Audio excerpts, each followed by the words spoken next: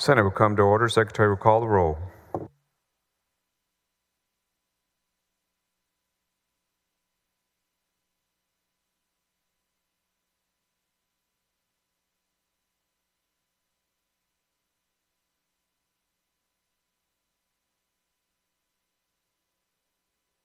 Alvarado, Betancourt, Birdwell, Blanco, Campbell, Cook, Creighton, Eckhart, Gutierrez, Hagenbu, Hall, Hancock, Hinojosa of Nueces, Hinojosa of Hidalgo, Huffman, Hughes, Johnson, King, Colcourse, Menendez, Middleton, Miles, Nichols, Parker, Paxton, Perry, Schwartner, Sparks, West, Zaffarini.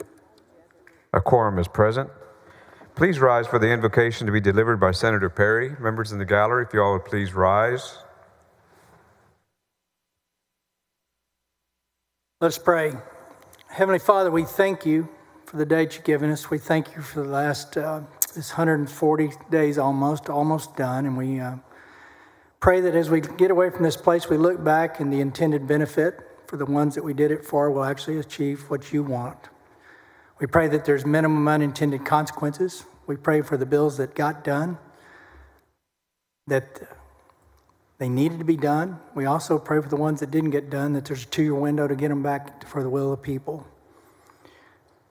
We leave here with a reminder that it's such a special, privileged place to serve. In this session, we had more outside influences trying to influence what we had to do and needed to do to get done for the people. And I just pray that as we go through this interim, first of all, we have travel grace to and from in the district and the many meetings to come and already being booked in the schedules, but that we'll take a pause and reflect on just how special a place this is and how we have to be guarded and protective of each individual that serves. And I lift all of us up today that they seek your will in all the decisions that we made and will make. That it's always with you in mind first and the people second. I thank you for the sacrifice of your Son, Jesus Christ, and all that he has to offer through the eternity with you with no pain. And just reflect that you are the ultimate healer. You are the ultimate example of moral and what is righteous. I thank you for those that chose to serve this session. I pray for those that choose not to come back, that it'll be well done, good and faithful servant. Those that do come back, we have a moral obligation to educate those that send us here on what the real issues are and what the real solutions can be. In Jesus' name, amen. Thank you, Senator Perry. Y'all may be seated.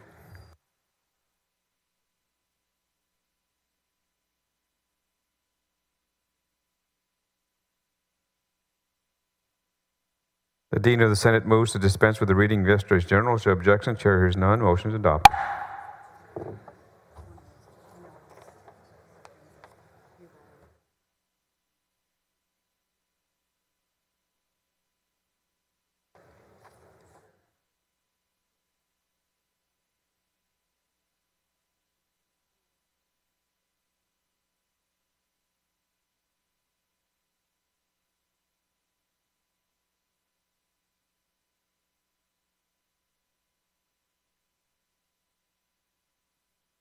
Chair recognizes Senator Birdwell for recognition. Thank you, Mr. President. Members, joining us in the Senate gallery today are the Ravens of Rappaport Academy's Meyer High School in Waco, Texas. Gentlemen, would y'all please stand up? The Rappaport men's basketball team won the UIL 2A Division I State Basketball Championship game, and to their journey to the title game included a 20-game win streak.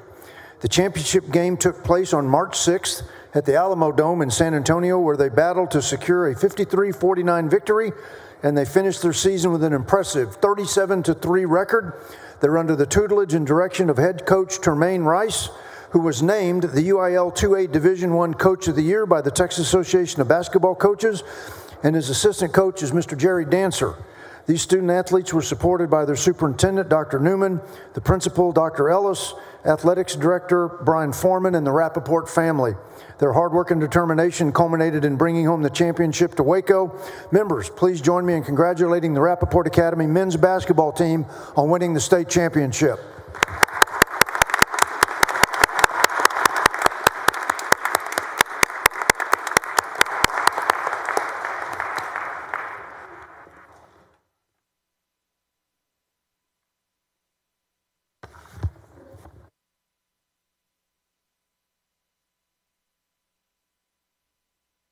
Chair recognizes Senator Zaffirini for an announcement.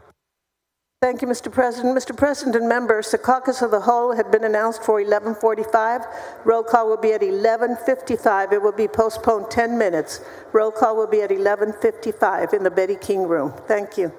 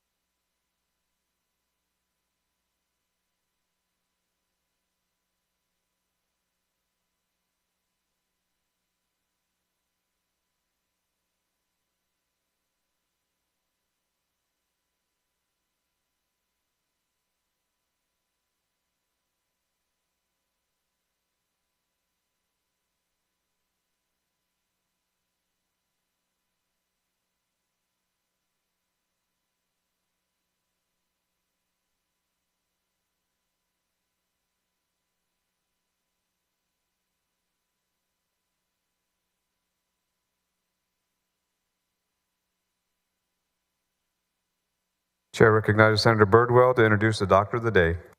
Thank you, Mr. President. Members, allow me to introduce our Doctor of the Day, Dr. Gerard Mariquin, serving Waco and McLennan County. Dr. Mariquin is a board-certified family medicine specialist with decades of experience in offering primary care. He earned his Bachelor of Science at Trinity University and completed medical school at UT Southwestern in Dallas.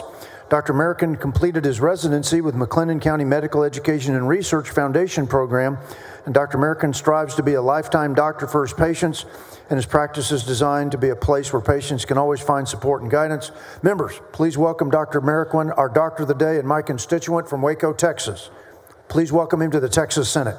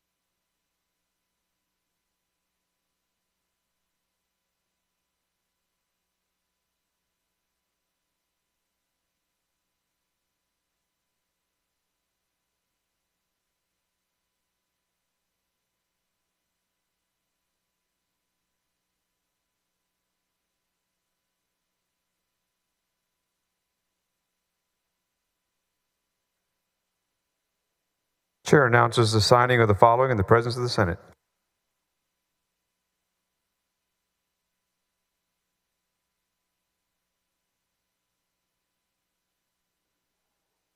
SCR 3, SCR 9, SCR 18, SCR 30, SCR 53, SJR 59, SB 10, SB 34, SB 251, SB 261, SB 456, SB 500, SB 519, SB 527, SB 614, SB 646, SB 667, SB 705, SB 748, SB 777,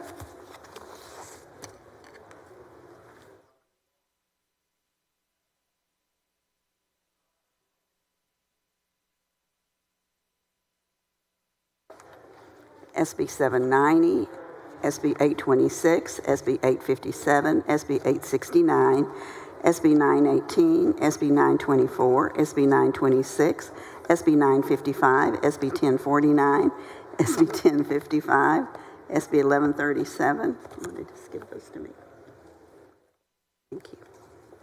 SB 1164, SB 1188, SB 1233, SB 1243, SB 1266, SB 1302, SB 1307, SB 1333, SB 1335, SB 1398, SB 1400.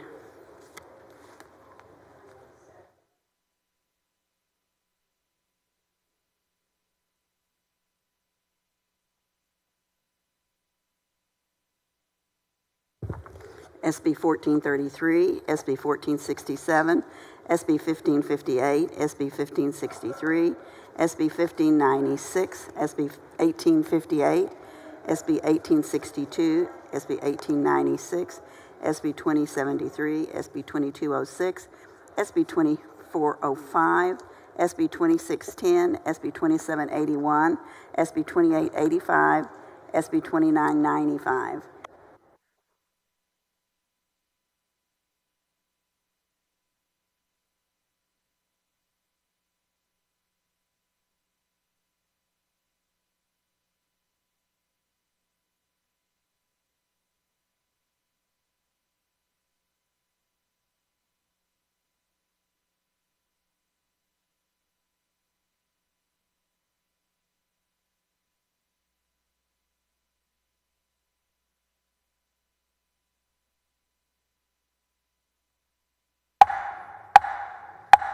Members, we have a memorial resolution. If everyone can take your seat at your desks. Members, we have a memorial resolution. If you can take your seat at your desks.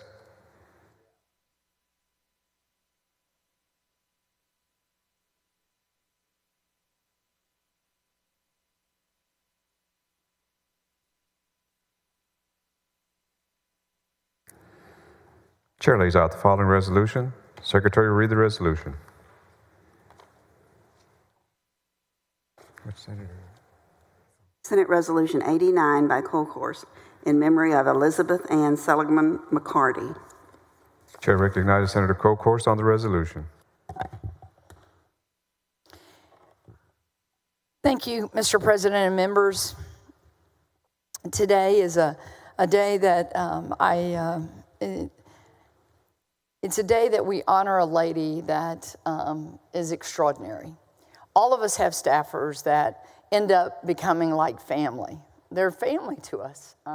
We go to their children's weddings, we celebrate with them, we cry with them, and they do the same for us. Today, I'm going to talk about one of those staffers, Betty McCarty. I finally called her Betty Lou Who. Betty was born and raised in Albuquerque, New Mexico, Senator Betancourt. Grew up there as the daughter of an OBGYN who delivered more babies in Albuquerque, New Mexico, I think, than anyone else in the history of that state. She went to the University of New Mexico, graduated there with a nursing degree. But she came to Texas to start her career. She was a nurse at MD Anderson when she met the love of her life.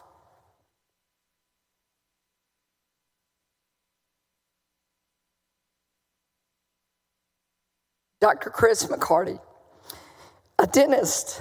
That's where our families came together. My dad was a dentist in Brenham, Texas, and he was a general practice dentist. But he was someone that had a vision for the future. And he told my mom one day, he said, Brenham is big enough and it's time for us to have a pediodontist, a pediatric dentist. And I'm going to recruit one to Brenham, Texas.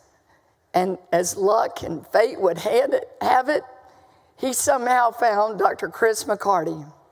And in 1980, I was in 8th grade. My mother was a beautiful entertainer, Senator Zaffirini, a beautiful entertainer. That was what she did.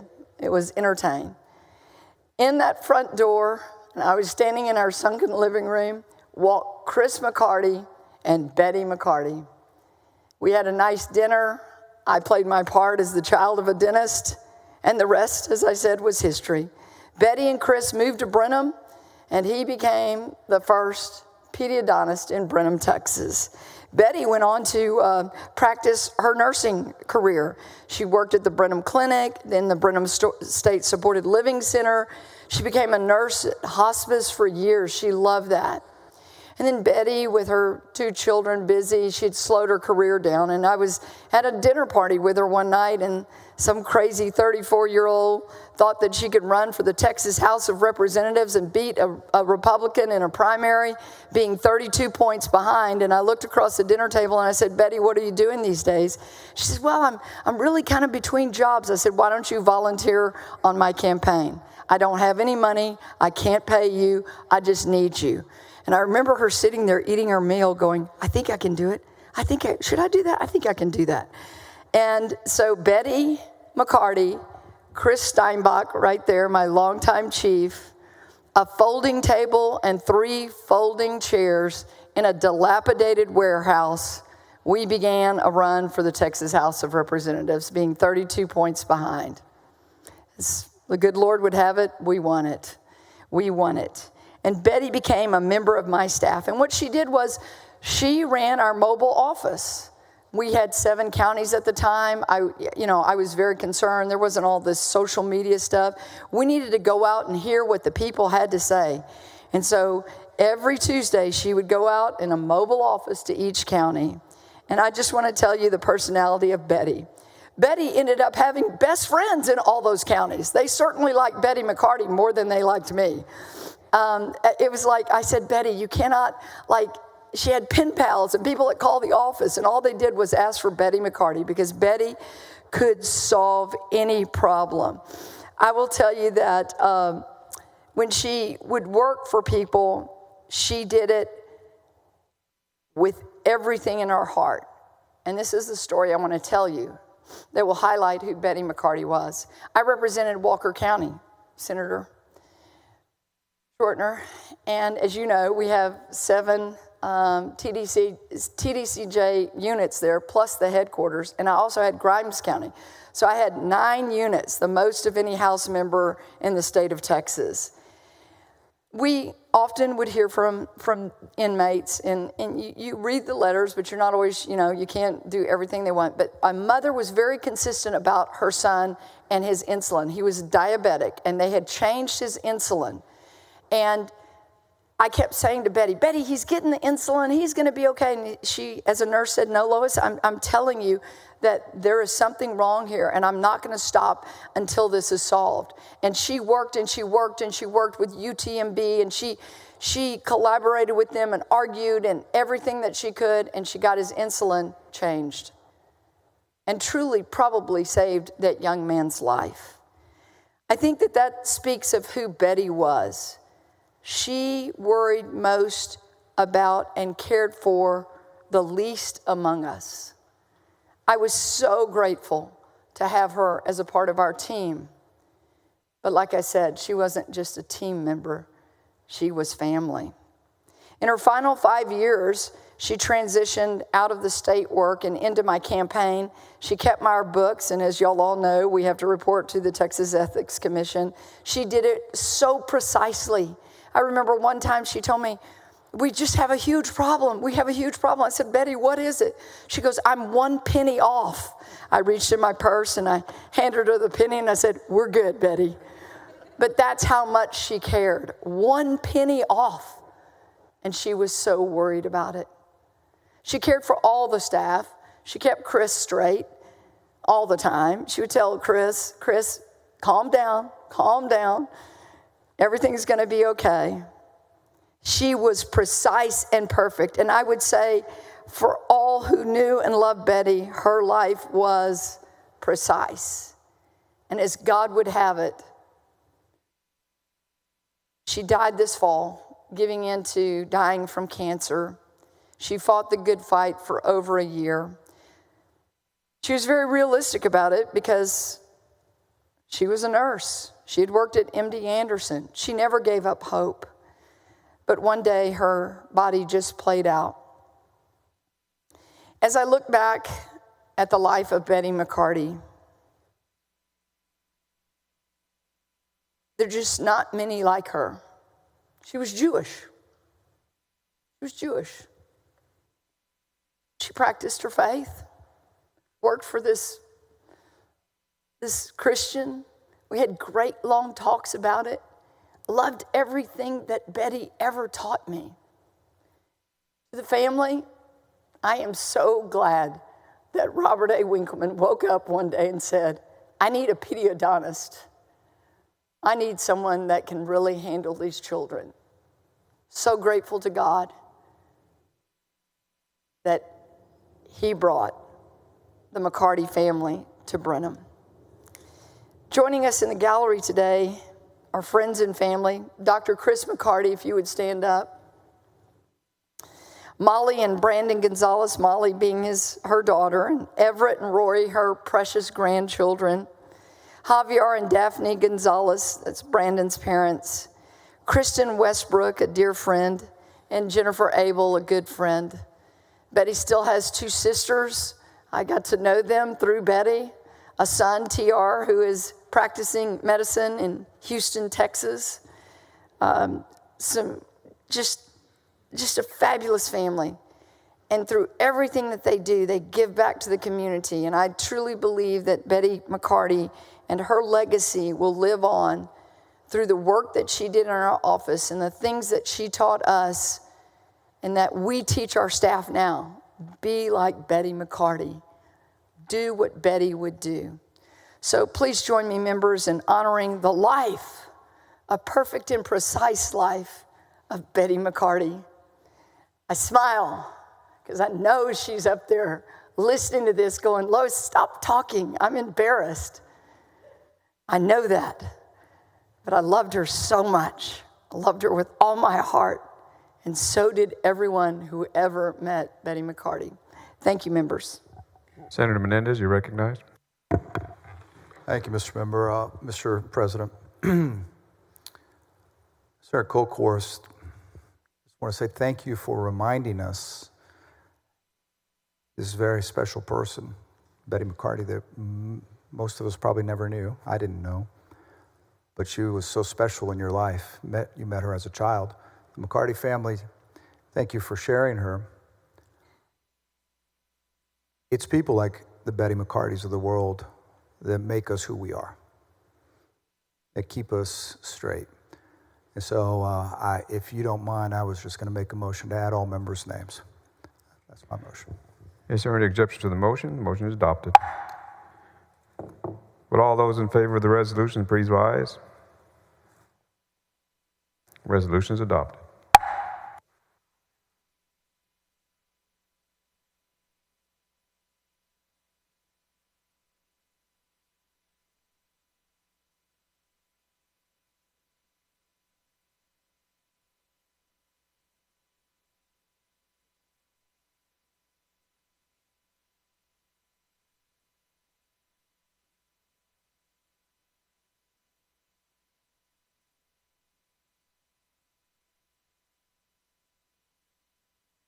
Chair recognizes Senator Zaffirini for a motion. Thank you, Mr. President. First, an announcement, members, as a courtesy to the family of Betty McCarty and to Senator Lois Kolkhorst, the Senate caucus was postponed until noon, so that we will have roll call at noon in the Betty King Room, and I move that the Senate stand in recess for 45 minutes until 12:45, today, May 30th. Thank you, Mr. President and members. Any objection? Hearing none, motion is adopted. The Senate stands in recess until 12:45.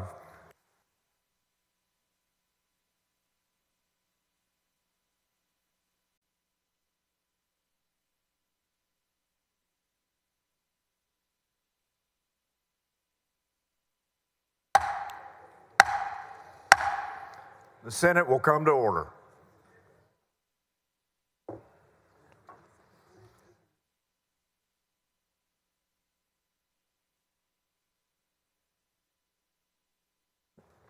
The chair recognizes Senator Parker for a recognition. Thank you very much, Mr. President and members.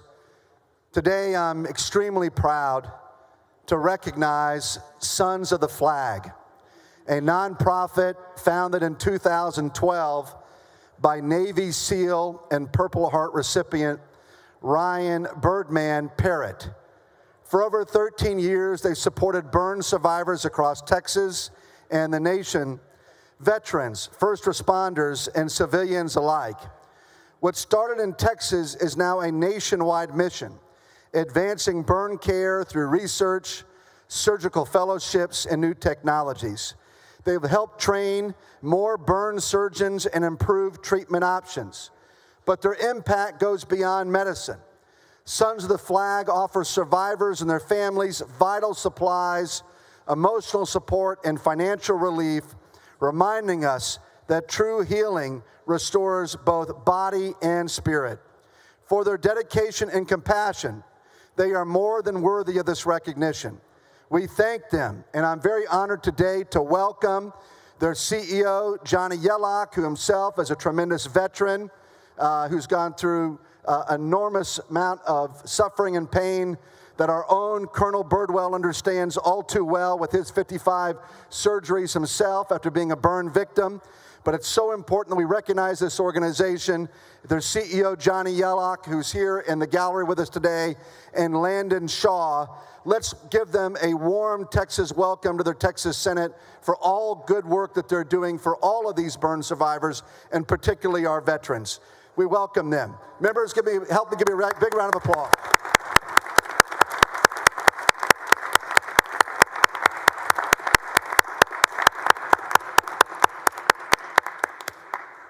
Thank you, Mr. President, members.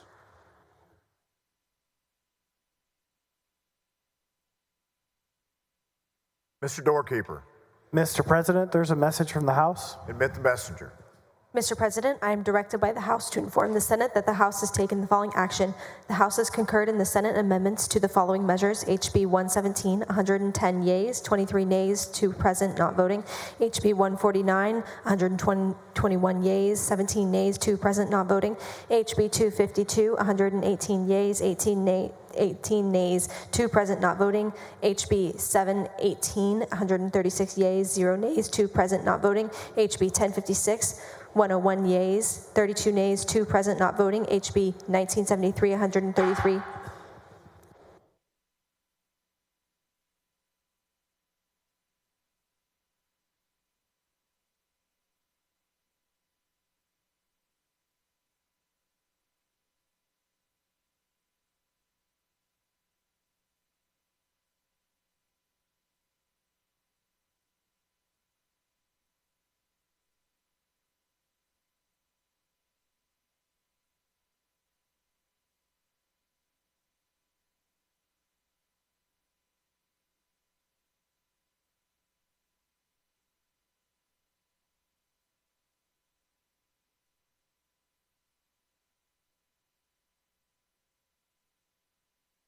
Chair recognizes Senator Kolkhorst for a motion on the conference committee report for Senate Bill 17. Thank you, Mr. President and members. Before I move to adopt the conference committee report on Senate Bill 17, I want to thank some of the House members that are here present on the floor. Chair Cole Hefner, who I've worked with for months now on this bill, and he has some great folks, other members from the Texas House that are throughout the floor. And this has been a collaborative effort in creating probably the strongest prohibition of adversarial land and natural resource ownership in the country. This is a bill that keeps foreign adversaries, our enemies, from being able to buy Texas land out from underneath us. Members, I do want to just walk you through some of the changes that the House made. I believe that they strengthen this bill through the process, from the committee substitute to the floor amendments to the, my goodness, I think it was 6 or 7 hours of debate between second and third reading. And they brought that bill back to us. We went to conference, so let's talk about what we did. In Section 3 of the bill, the Senate version includes definitions for agricultural land, designated country, governing authority, governing person, organization, and real property. The House version adds definition for company, domiciled, and transnational criminal organizations. The House version also changes the requirement of a designated country being on each of the 3 recent annual threat assessments of the U.S. intelligence community in the Senate version to only needing to be at least on one of the 3 most recent ATAs in the House version. There was a great amount of debate when this bill left the Senate. You could lease a property or a building for 100 years. The House, through an amendment process, it was actually an amendment, then there was an amendment to the amendment, which is being a former House member, I appreciate that, where you can only lease property for 1 year.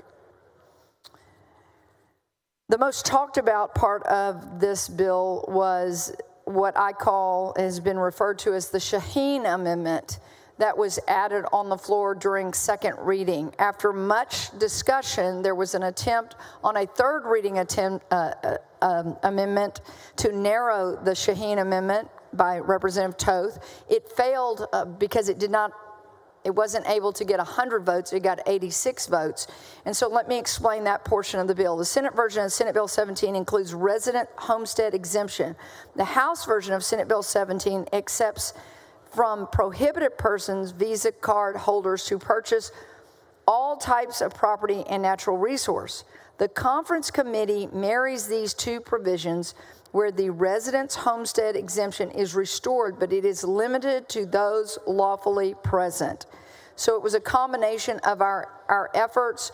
There was certainly some concern over anyone just being here on a tourist visa that could buy land all that they wanted, or they could buy an apartment building, they could buy land, natural resources. So what we did was we narrowed that to a homestead, and we agreed on that. That was the biggest change that happened during the conference committee report. There is also something else that I want to say that the House added. A new provision, not in the Senate version, that adds a governor designation. The governor must consult with the public safety director of the Department of Public Safety, as well as the Homeland Security Council, to determine whether the purchase or acquisition of an interest in real property in this state by an individual or an entity poses a risk to the national security of the public. The governor may make or remove such a designation of a country or a transnational criminal organization. This provision would only apply to purchases or acquisitions that occur on or after the date of the governor's designation or removal of the designation of the entity. The House adds also a section that creates an offense and specifies the penalty. The House also creates a civil penalty. In the House version, there is an added provision that is not in the Senate version, that the Attorney General shall adopt rules for this implementation as soon as practical after the effective date. The House version adds a severability clause that was not in the Senate version. And finally, the House version adds a provision that references and summarizes the 2020 annual threat assessment of the U.S. intelligence community that is not in the Senate version. You will find that on the opening pages that restates the 2025 version of the annual threat assessment. With that, Mr. President, I want to thank all the members in the Senate who have worked on this bill since it was Senate Bill 147. We were able to get it out. I know Chairman Hughes and his Committee on State Affairs heard hours and hours of testimony. They certainly did in the House as well. And that this version that we are now going to vote on is the strongest protection. It's a national security bill. It's the strongest protection that any state has passed. And with that, I move to adopt the conference committee report for Senate Bill 17. Senator Colcourse moves adoption of the conference committee report on Senate Bill 17. The secretary will call the roll. Alvarado, Bettencourt, Birdwell, Blanco, Campbell, Cook, Creighton, Nichols. There being 25 ayes and 6 nays, the conference committee report on Senate Bill 17 is adopted. Thank you, Mr. President. Thank you, members, and thank you, Texas House of Representatives, for a great job well done and a wonderful partnership. This is about national security and protecting Texas in the future.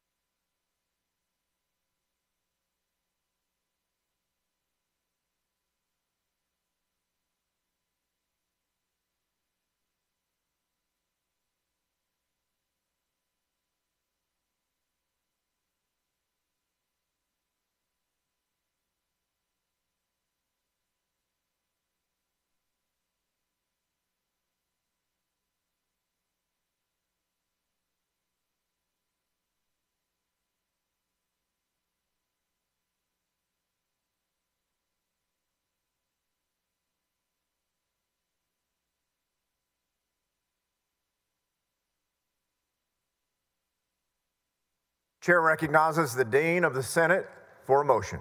Thank you, Mr. President. Mr. President, members, I move that the Senate stand in recess until 2:45 today, Friday, May 30th. Any objections to the motion? Hearing none, so ordered.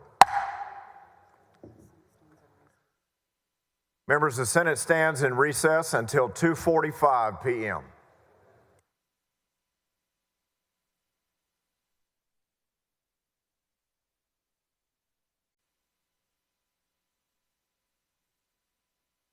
The Senate will come to order.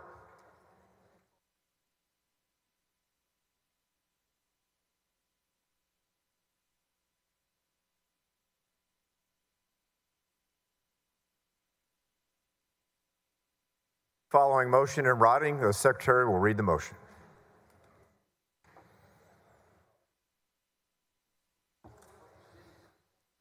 Motion in writing.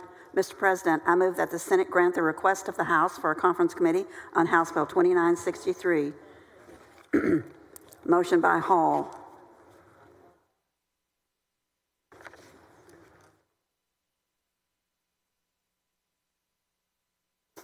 Okay.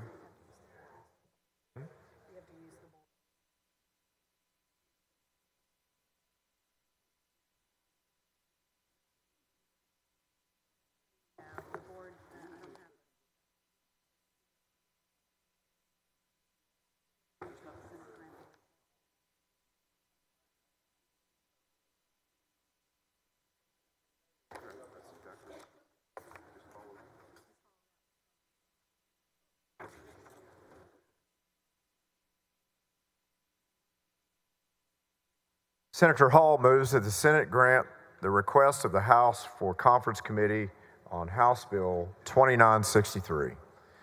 Are there motions to instruct? The following conferees. Conference Committee on House Bill 2963, Chair Senator Hall, members Senators Perry, Middleton, Sparks, and Nichols.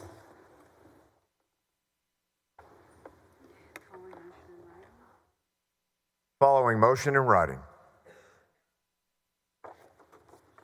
Motion in writing. Mr. President, I move that the Senate grant the request of the House for a conference committee on House Bill 40. Motion by Senator Hughes. Senator Hughes moves that the Senate grant the request of the House for a conference committee on House Bill 40. Is there objection? Chair hears none. Are there motions to instruct? The following conferees. Conference Committee on House Bill 40. Chair Senator Hughes. Members Senators King, Creighton, Huffman, and Parker.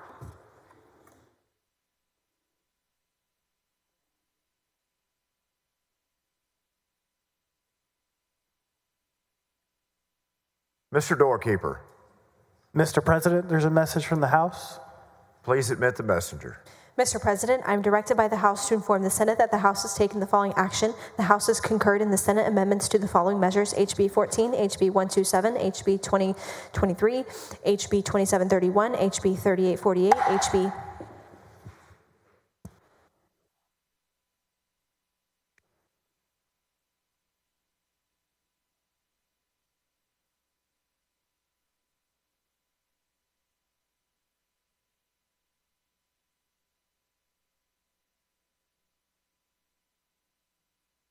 Following motion in writing.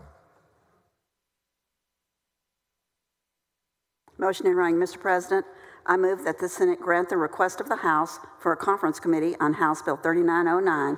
Motion by Zaffarini. Dean Zaffarini moves the Senate grant the request of the House for a conference committee on House Bill 3909. Are there motions to instruct? First, members, are there objections? The chair hears none. Are there motions to instruct? The following conferees. Conference Committee on House Bill 3909. Chair Senator Zaffarini. Members Senators Hughes, Hall, Alvarado, and Birdwell.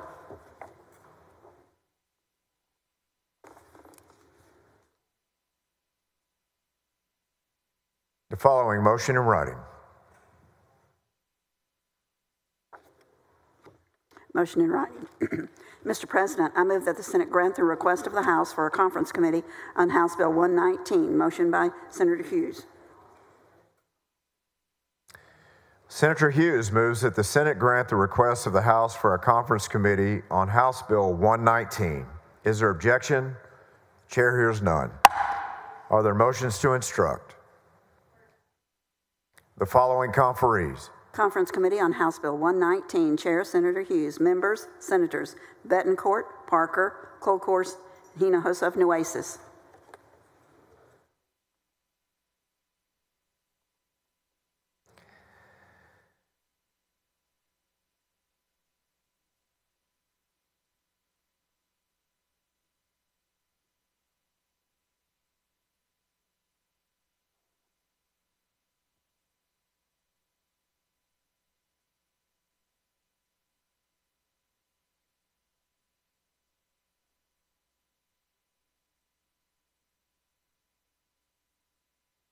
the following motion in writing. Motion in writing. Mr. President, I move that the Senate grant the request of the House for a conference committee on House Bill 3642. Motion by Hughes.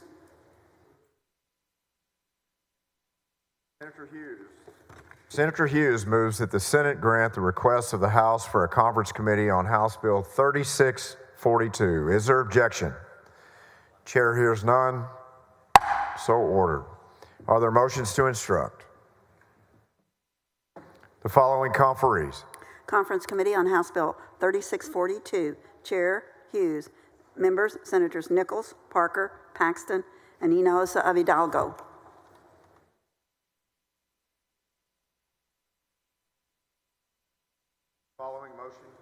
Following motion in writing. Motion in writing. Mr. President, I move that the Senate grant the request of the House for a conference committee on House Bill 1545. Motion by Parker. Senator Parker moves the Senate grant the request of the House for a conference committee on House Bill 1545. Is there objection? Chair hears none. Are there motions to instruct? Following conferees. Conference Committee on House Bill 1545. Chair Senator Parker. Members, Senators Blanco, Middleton, Paxton, and Sparks.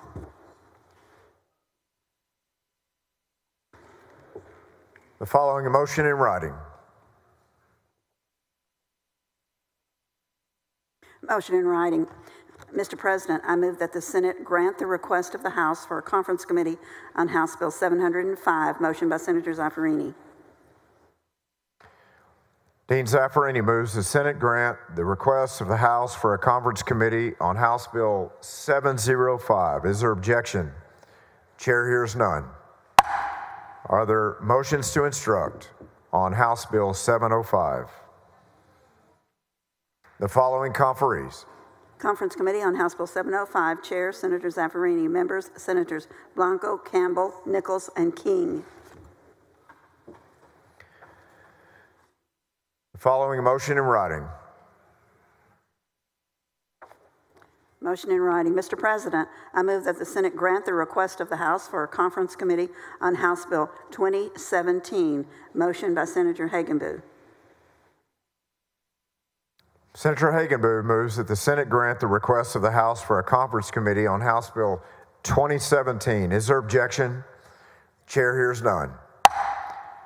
Are there motions to instruct on House Bill 2017? The following conferees.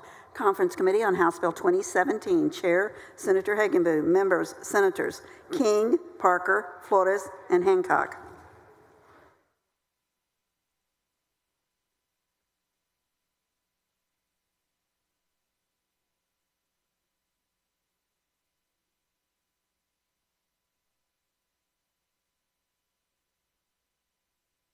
Chair recognizes the Dean of the Senate for an announcement.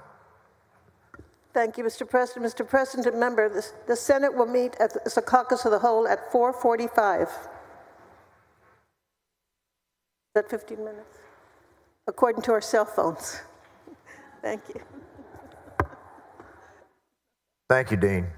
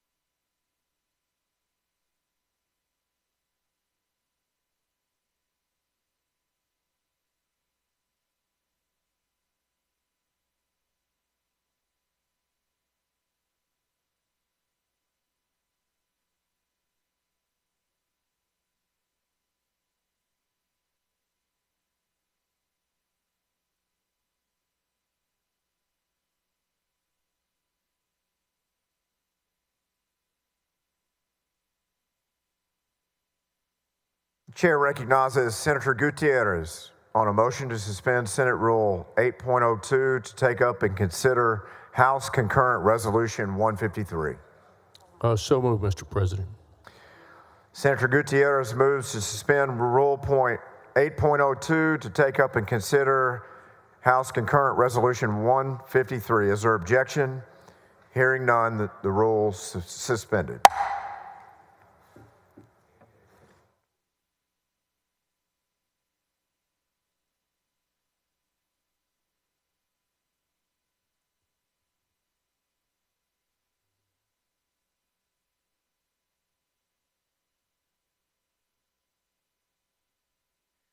Chair lays out the following resolution. The Secretary will read the resolution. HCR 153, designating Pearsall as the official lineman capital of Texas for a 10-year period ending in 2035. The Chair recognizes Senator Gutierrez on the resolution. Thank you, Mr. President. Members, this is a fine resolution by Representative McLaughlin honoring the folks in Pearsall, Texas. Apparently, they have the most linemen of all the towns in Texas, and they want to be recognized as such. With that, I move adoption. I've run this by Senator Parker. He's okay with it, and I think I've talked to a few of you about it. So thank you so much. I move adoption.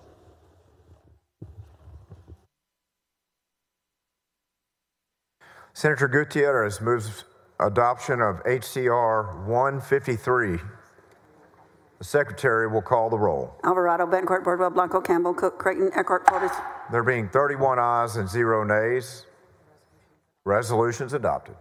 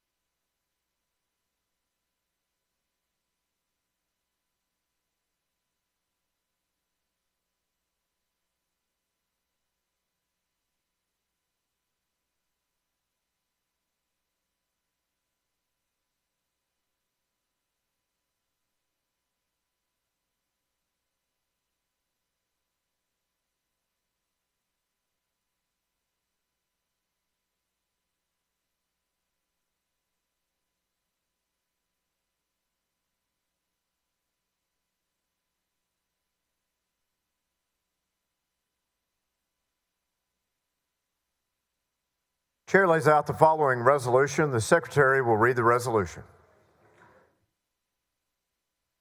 HCR 166, instructing the enrolling clerk of the House to make corrections in House Bill 4187. Chair recognizes Senator Colcourse to explain the resolution. Thank you, Mr. President and members. HCR 166 authorizes technical corrections to HB 4187, the Texas Historical Commission Omnibus Bill that passed earlier this month, specifically in Sections 11 and Section 15 of the bill. An incorrect reference to THC's jurisdiction was corrected to the proper section of the code. With that, I move to adopt HCR 166. Senator Colcourse moves adoption of the resolution. The secretary will call the roll. Alvarado, Bencourt, Birdwell, Blanco, Campbell, Cook, Creighton, Eckhart, Flores, Gutierrez, Hagenbu. There being 31 ayes and 0 nays, the resolution is adopted. Thank you, Mr. President.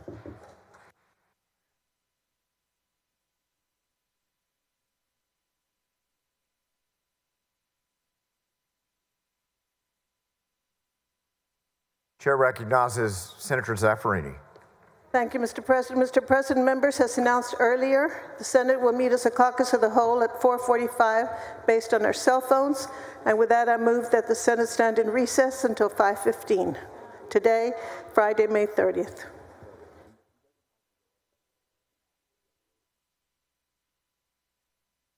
Are there any objections? Hearing none, the Senate stands in recess until 5:15 p.m.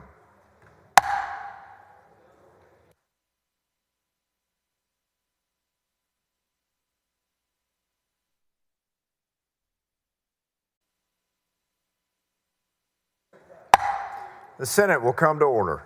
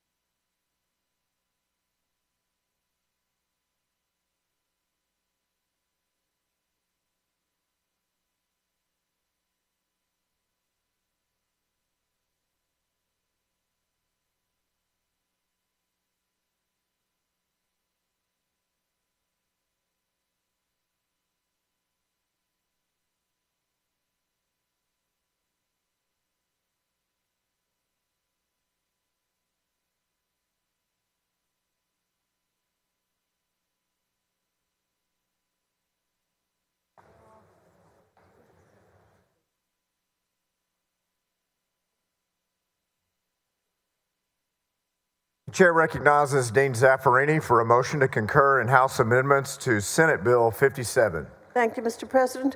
Mr. President, members, Senate Bill 57 by Representative Mary Gonzalez relates to provisions and plans by public schools to ensure the safety of persons with disabilities during a mandatory school drill.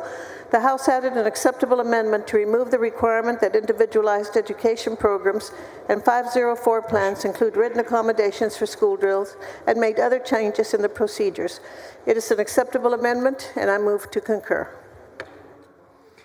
Dean Zaffarini moves that the Senate concur in House amendments to Senate Bill 57. The secretary will call the roll. Alvarado, Bettencourt, Birdwell, Blanco, Campbell, Cook, Creighton. There being 31 ayes and 0 nays, the motion is adopted.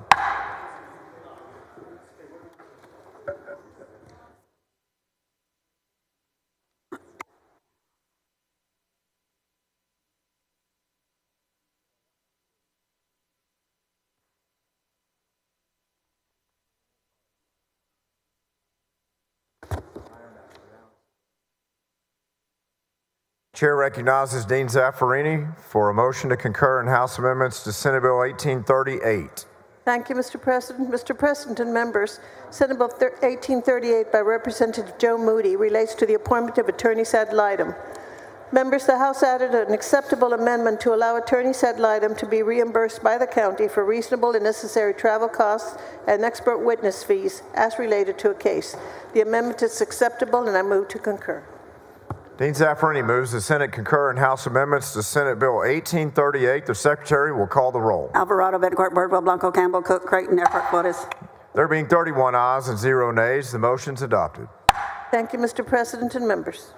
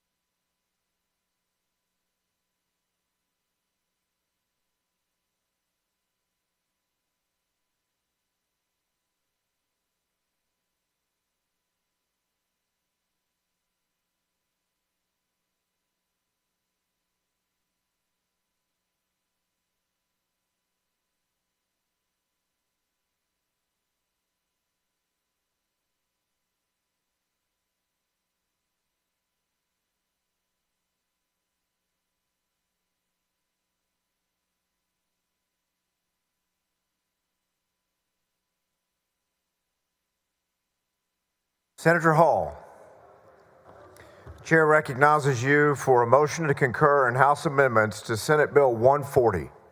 Thank you, Mr. President. Members, I file Senate Bill 140 to add the definition of a telephone call to another chapter of the code where it was missing.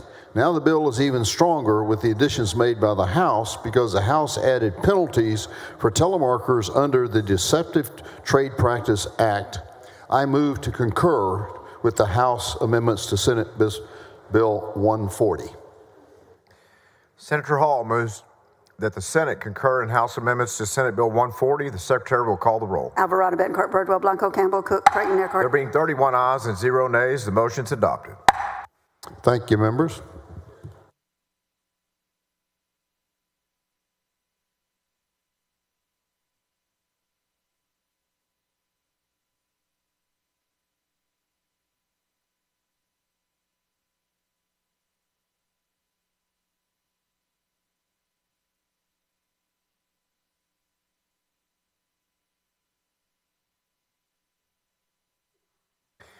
Senator Paxton.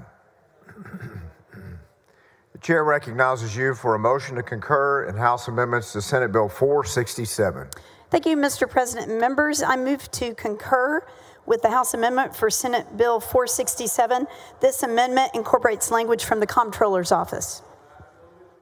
Senator Paxton moves that the Senate concur in House amendments to Senate Bill 467. The Secretary will call the roll. Alvarado, Bettencourt, Birdwell, Blanco, Campbell, Cook, Creighton. There being 31 ayes and 0 nays, the motion is adopted. Thank you, Mr. President. Thank you, members.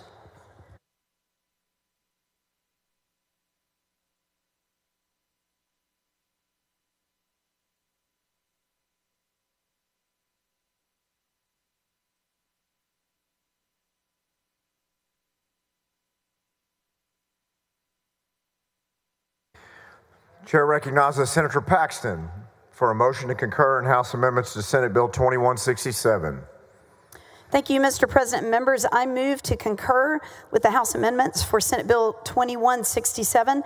Members, this amendment, these amendments dedicate civil penalties recovered locally in combating human trafficking to fund further efforts to combat human trafficking. I move to concur. Senator Paxton moves that the Senate concur in House amendments to Senate Bill 2167. The Secretary will call the roll. Alvarado, Bettencourt, Birdwell, Blanco, Campbell, Cook, There Creighton. being 31 ayes and 0 nays, the motion is adopted.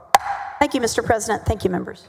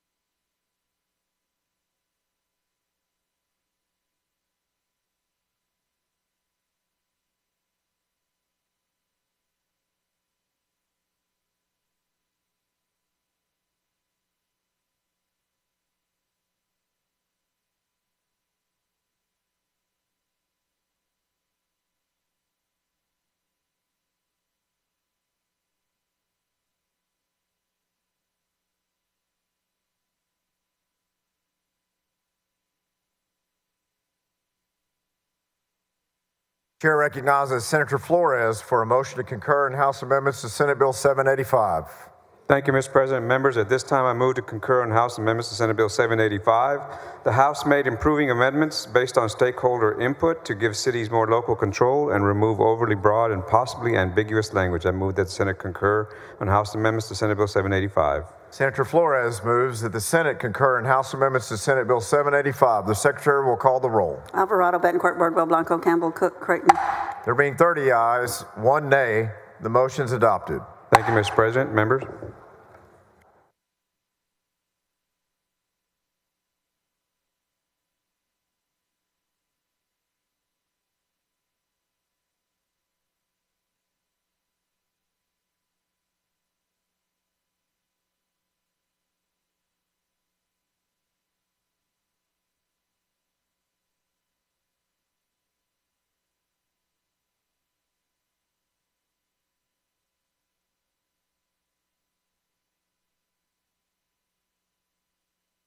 Chair recognizes Senator Kolkhorst for a motion to concur in House amendments to Senate Bill 512.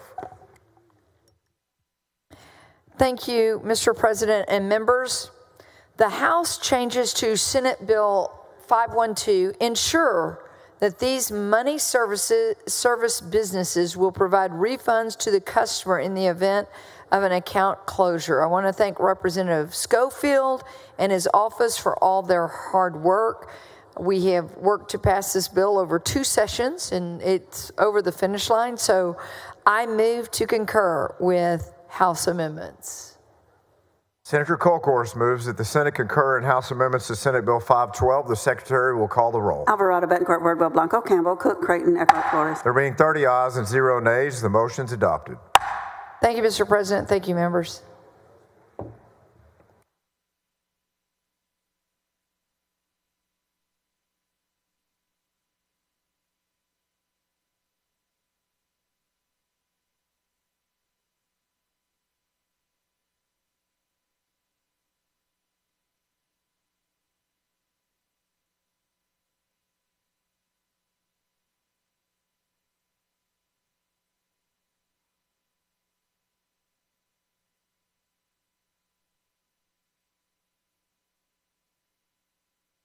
Chair recognizes Senator Parker for a motion to concur in House amendments to Senate Bill 1281.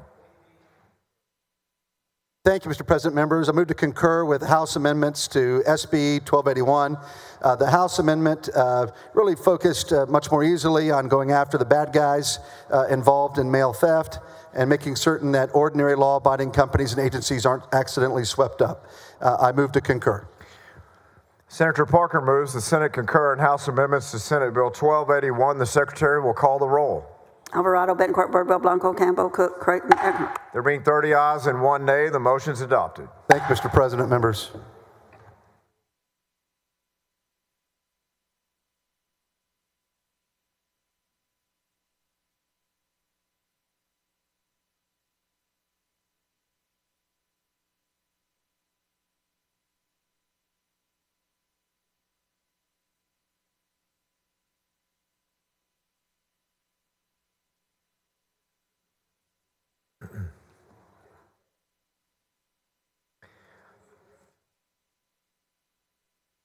Senator Sparks.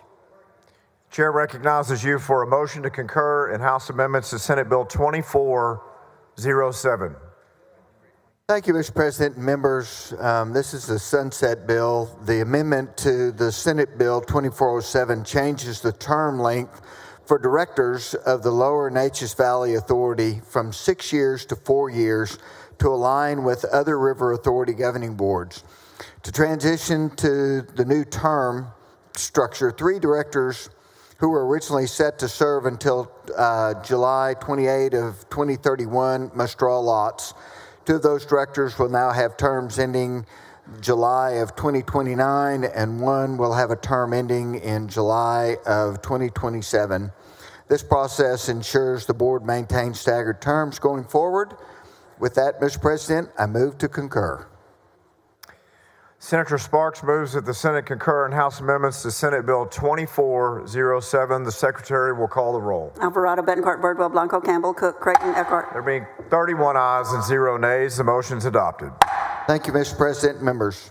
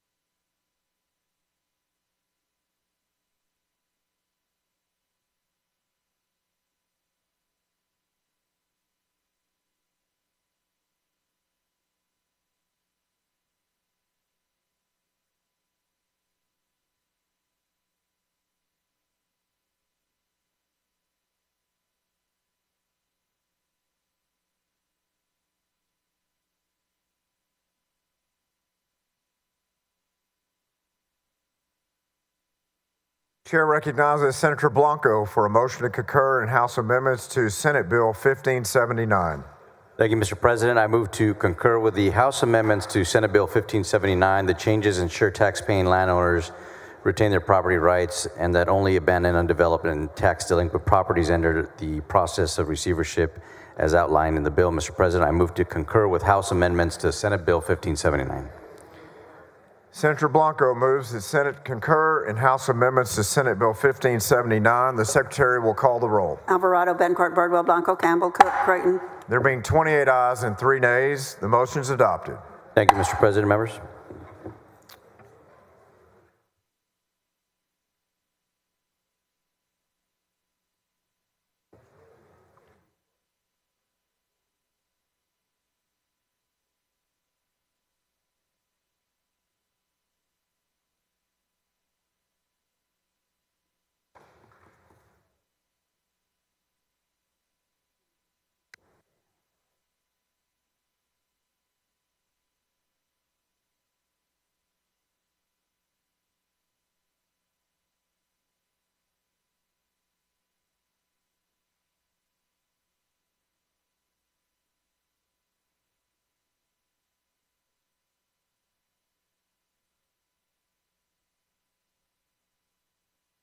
Chair recognizes Senator Betancourt for a motion on the Conference Committee report for Senate Bill 509.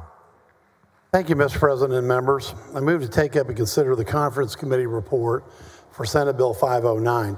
Members, the House amendment to SB 509 that removed the requirement added by Senator Birdwell that the AG's office have a 2-hour notice before a TRO hearing can occur.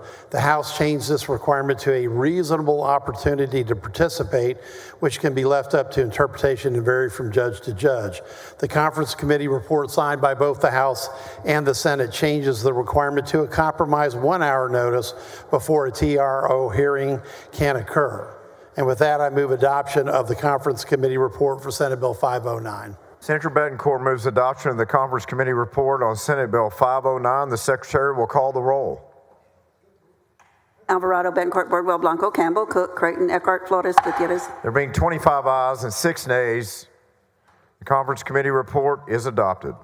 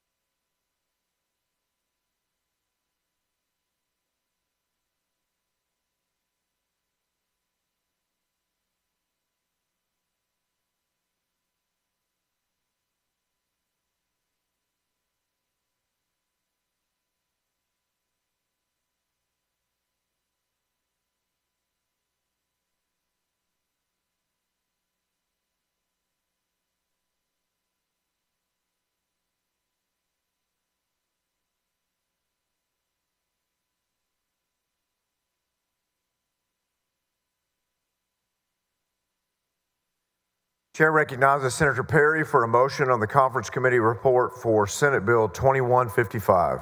Thank you, members. Conference Committee removed an amendment that dealt with establishing a veterinarian client-patient relationship based on veterinary telehealth. We're going to set that up for an interim study over the hall. With that, I move adoption of Conference Committee report for Senate Bill 2155.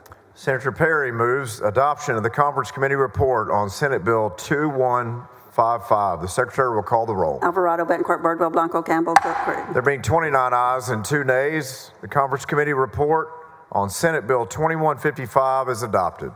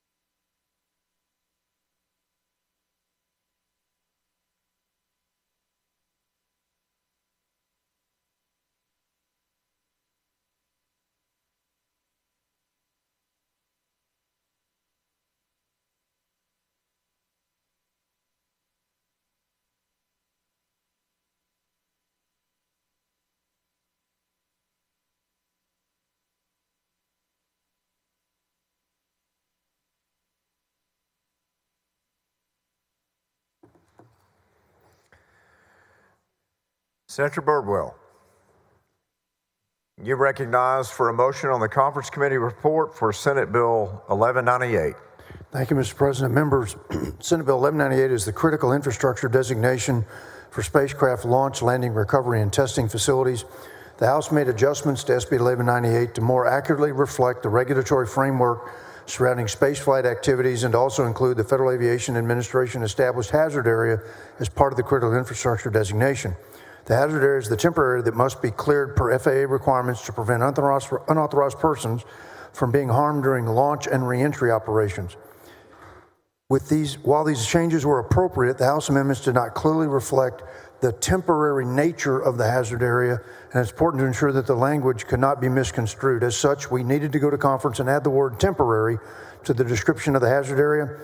With that, Mr. President and members, I move adoption of the Conference Committee report on SB 1198. Senator Birdwell moves adoption of the Conference Committee report on Senate Bill 1198. The Secretary will call the roll. Alvarado, Betancourt, Birdwell, Blanco, Campbell, Cook, Creighton, Eckhart. There being 30 ayes and 1 nay, the Conference Committee report on Senate Bill 1198 is adopted.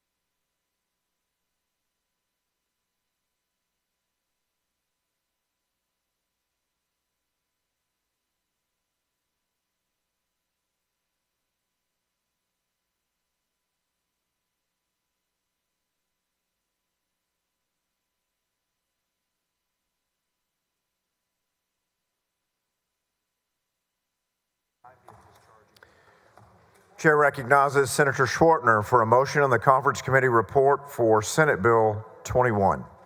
Thank you, Mr. President. Members, Mr. President, I move that the Senate adopt the Conference Committee report on Senate Bill 21. Members, as a reminder, Senate Bill 21 creates the Texas Strategic Bitcoin Reserve as a special fund managed by the Comptroller of Public Accounts. The Senate concurred with several amendments adopted in the House, including provisions granting the Comptroller with the ability to contract with a qualified liquidity provider, as well as the Comptroller's ability to enhance financial options of the fund.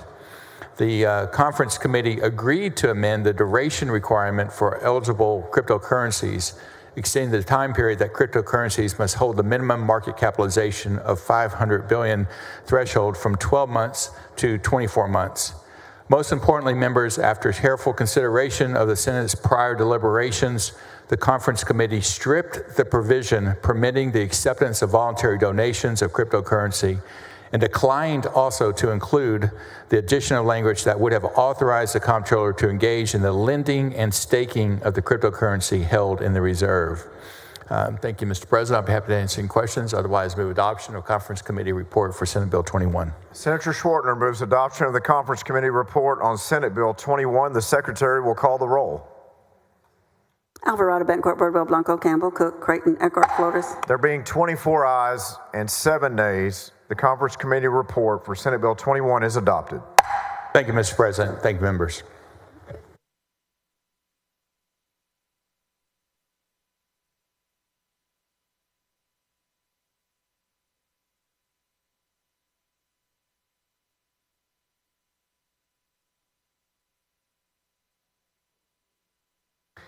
Chair recognizes Senator Hinojosa of Nueces for a motion on the Conference Committee report for Senate Bill 2778. Thank you, Mr. President. I move adoption of the Conference Committee report on Senate Bill 2778. Members, as you may recall, Senate Bill 2778 relates to the spending cap increase for emergency service districts. The Conference Committee report strips the amendments that were added in the House and returns Senate Bill 2778 back to its original form that passed out of the Senate nearly unanimously. And with that, Mr. President, I move adoption of the Conference Committee report on Senate Bill 2778. Senator Hinojosa moves adoption of the Conference Committee report on Senate Bill 2778. The Secretary will call the roll. Alvarado, Bencourt, Birdwell, Blanco, Campbell, Cook, Creighton, Eckhart, Flores. There being 29 ayes and 2 nays, the Conference Committee report on Senate Bill 2778 is adopted.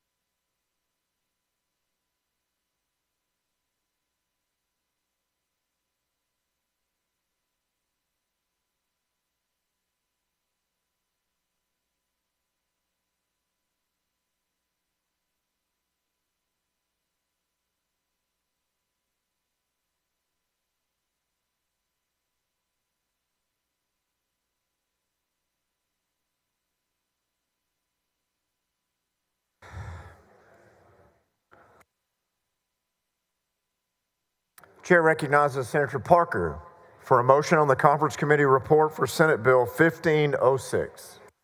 Thank you, Mr. President. Members, I move that the Senate adopt the Conference Committee report to SB 1506. In working with our House colleagues, we have kept their amendment but removed fentanyl from the list of covered substances. This change still allows the Board of Pardons and Paroles to extend supervision for felony fentanyl possession cases up to 5 years, while recognizing the Board's practice of granting extensions only 1 year at a time. The Board has reviewed and endorsed both the amendment and the adjustment. Thank you, Mr. President. Members, I move adoption. Senator Parker moves adoption of the Conference Committee report on Senate Bill 1506. The Secretary will call the roll. Alvarado, Bettencourt, Birdwell, Blanco, Campbell, Cook, Creighton, Eckhart. There being 27 ayes and 4 nays, the Conference Committee report on Senate Bill 1506 is adopted. Thank you, Mr. President. Members.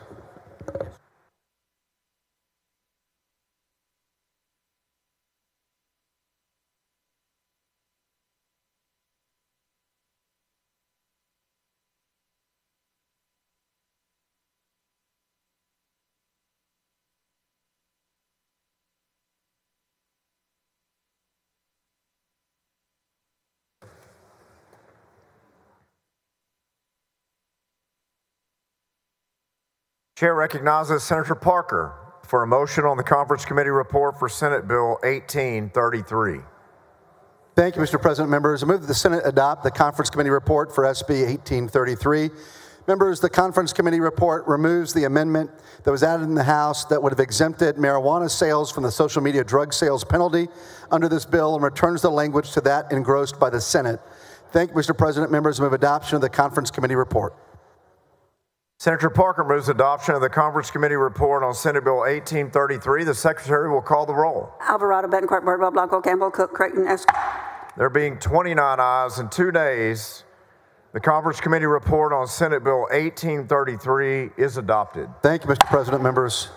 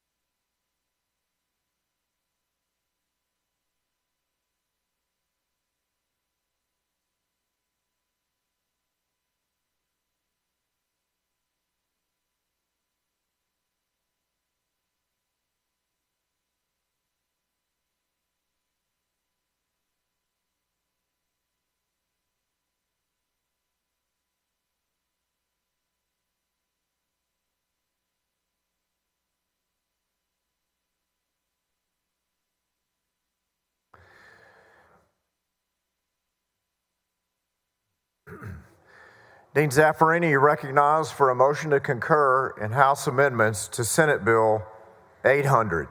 Thank you, Mr. President. Mr. President and members, Senate Bill 800 was sponsored by Representative Terry Wilson. It relates to a public institution of higher education's orientation program. The House added acceptable amendments to list local and statewide organizations that offer support for sexual assault survivors, including information regarding how to report an assault, and require student ID cards to include the National Sexual Assault Hotline. Mr. President, this is an acceptable amendment, and I move to concur. Dean Zaffarini moves the Senate concur in House amendments to committee substitute for Senate Bill 800. The Secretary will call the roll. Alvarado, Bettencourt, Birdwell, Blanco, Campbell, Cook, Creighton, Eckhart, Flores. There being 31 ayes and 0 nays, the motion is adopted.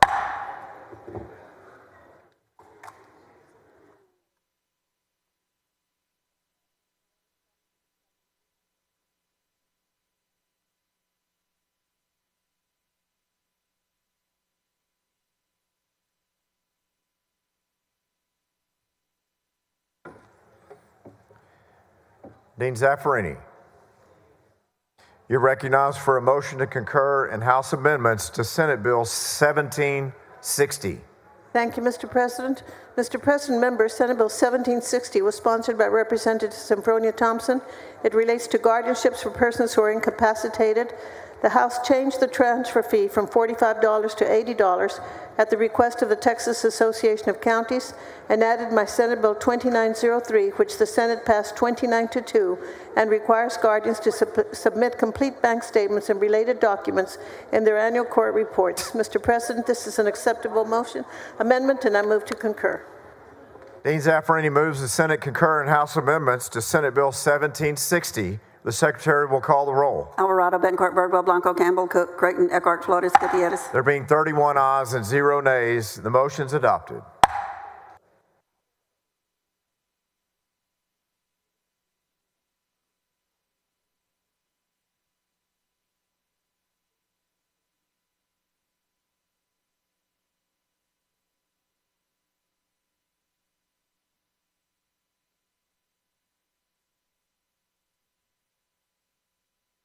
Chair recognizes Dean Zaffarini for a motion to concur in House amendments to committee substitute for Senate Bill 2587. Thank you, Mr. President. Mr. President and members, Senate Bill 2587 was sponsored by Representative Ryan Guillen and relates to access to and use of certain criminal history record information. Members, the House added language related to the Texas Department of Insurance requirements for background checks and added my Senate Bill 2342, which the Senate passed unanimously, and ensures the appropriate individuals who will be in contact with a person with a guardian undergo background checks. These amendments are acceptable, and I move to concur. Dean Zaffarini moves the Senate concur in House amendments to committee substitute for Senate Bill 2587. The Secretary will call the roll. Alvarado, Bettencourt, Birdwell, Blanco, Campbell, Cook, Creighton, Eckhart. There being 31 ayes and 0 nays, the motion is adopted. Thank you, Mr. President and members.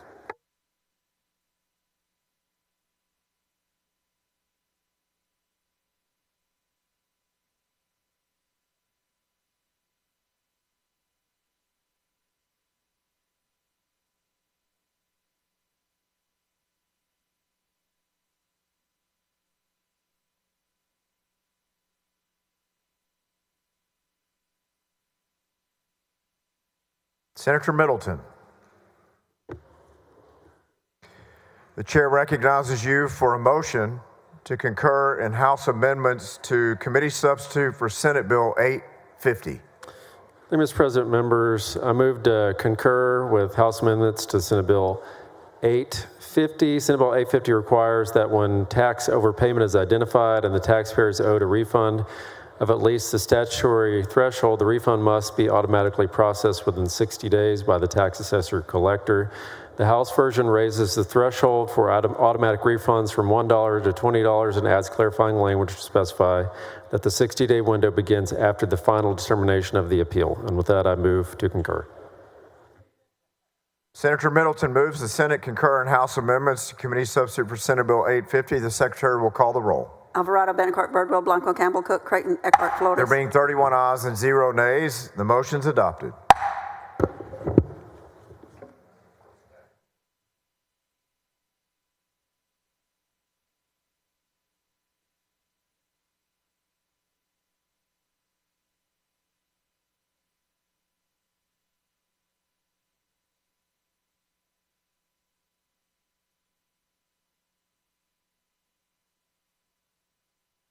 Senator West.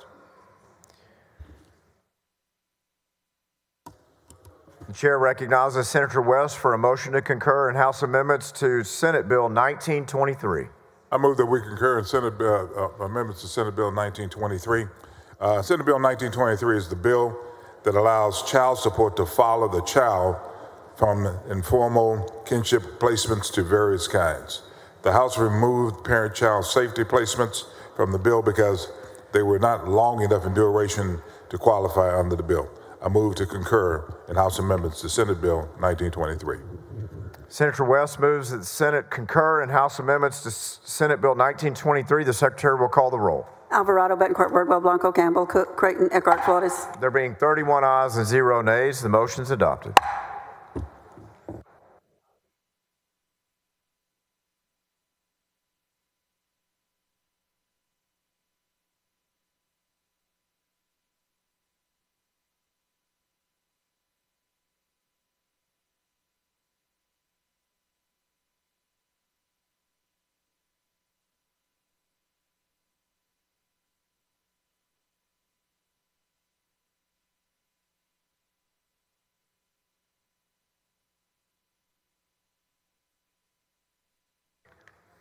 Senator Perry. Chair recognizes Senator Perry for a motion to concur in House amendments to Committee Substitute for Senate Bill 863. Thank you, Mr. President. Senate Bill 863 was passed in April to allow water withdrawn from the Edwards Aquifer used for by utilities within the current CCNs. The House amended by SB 863 onto SB 2885 onto SB 863. 2885 was the bill to authorize storage to reclaim wastewater. 2885 passed the Senate unanimously in August. The amendment that is accepted with the author, I move to concur with Senate Bill 863. Senator Perry moves that the Senate concur in House amendments to Senate Bill 863. The Secretary will call the roll. Alvarado, Bettencourt, Birdwell, Blanco, Campbell, Cook, Creighton, Eckhart, Flores. There being 31 ayes and 0 nays, the motion is adopted.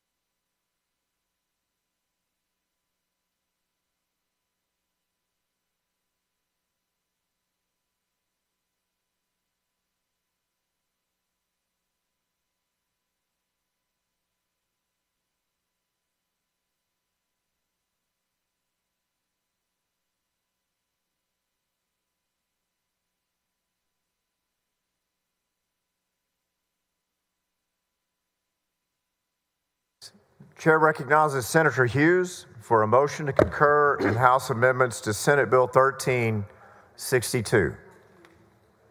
Thank you, Mr. President. I move the Senate concur in House amendments to Senate Bill 1362. Senators, the House add an amendment clarifying that this chapter does not apply to a protective order issued under the Family Code or the Code of Criminal Procedure or to protective order issued under the laws of another state that is recognized or enforceable under the Family Code or the Code of Criminal Procedure. Just clarification that family law protective orders are not affected by this bill, and I move we concur in House amendments. Senator Hughes moves the Senate concur in House amendments to Senate Bill 1362. The Secretary will call the roll. Alvarado, Bettencourt, Birdwell, Blanco, Campbell, Cook, Creighton, Eckhart, Flores, Gutierrez, Aguilar. There being 20 ayes and 11 nays, the motion's adopted. Thank you, Mr. President. Thank you, Senators.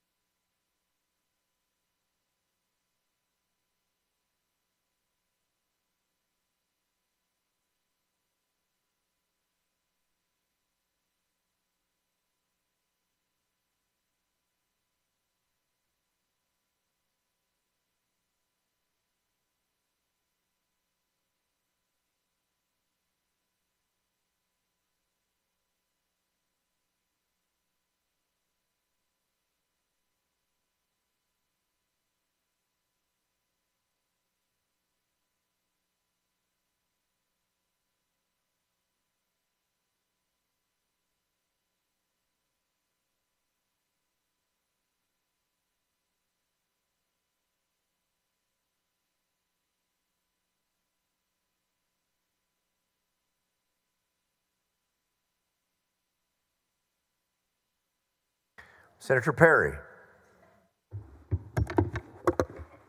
You're recognized for a motion to concur in House amendments to Senate Bill 1522. Thank you, Mr. President. The House amendment modified the definition for facility in the bill, including service in a person's home. This means providers offering home-based care can now be regulated like CCRCs, increasing oversight, consumer protections. I move to concur with House amendments to SB 1522. Senator Perry moves the Senate concur in House amendments to Senate Bill 1522. The Secretary will call the roll. Alvarado, Betancourt, Birdwell, Blanco, Campbell, Cook, Creighton, Eckhart, Flores, Gutierrez. There being 31 ayes and 0 nays, the motion is adopted.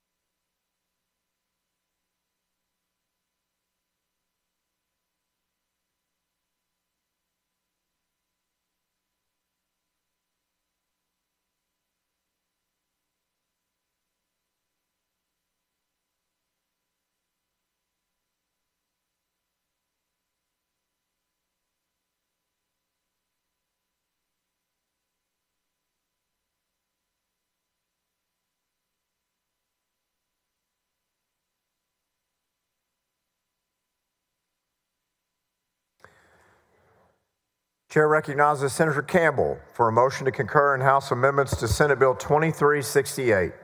Thank you, Mr. President. Members, I move that the Senate concur on House Amendment to Senate Bill 2368.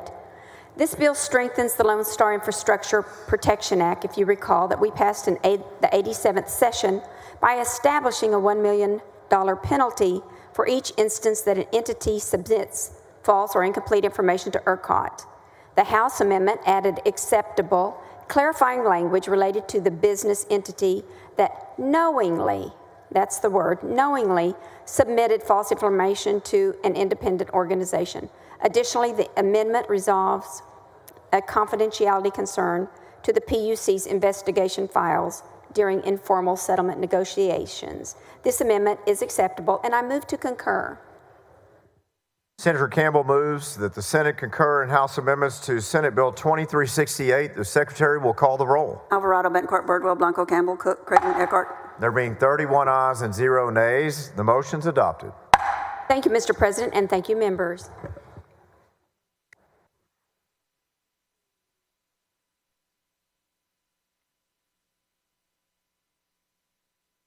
Chair recognizes Senator Campbell for a motion to concur in House amendments to Senate Bill 2986.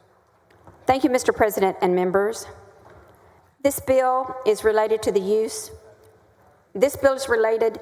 by a religious organization of public schools or institutions of higher education facilities. I move that the Senate concur on the House amendment for Senate Bill 2986. This amendment authorizes public schools and higher education institutions to allow organizations, facilities to use outside instructional hours. The amendment actually clarifies that this bill does not interfere with any active organizations on campus. This amendment is acceptable, and I move to concur. Senator Campbell moves the Senate concur in House amendments to Senate Bill 2986. The Secretary will call the roll. Alvarado, Betancourt, Birdwell, Blanco, Campbell, Cook, Creighton, Eckhart, Flores. There being 26 ayes and 5 nays, the motion's adopted. Thank you, Mr. President, and thank you, members.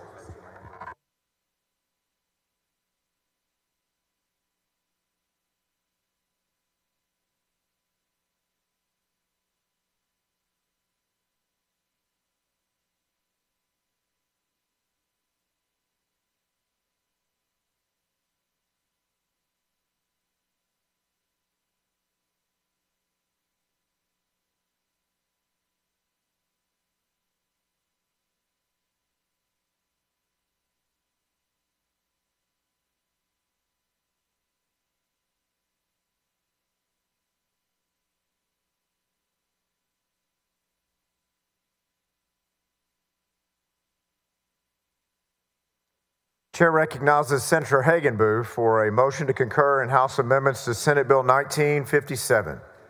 Thank you, Mr. President. Members, SB 1957, just a reminder, prohibits a person from serving on a police or firefighter civilian oversight board if they have been convicted of a felony offense. The amendment took out the ambiguous phrase moral turpitude. I move the Senate concur with the House amendment to SB 1957. Senator Hagenbu moves that the Senate concur in House amendments to Senate Bill 1957. The Secretary will call the roll. Alvarado, Bencourt, Birdwell, Blanco, Campbell, Cook, Creighton, Eckhart, Flores. There being 23 ayes and 8 nays, the motion is adopted. Thank you, Mr. President. Thank you, members.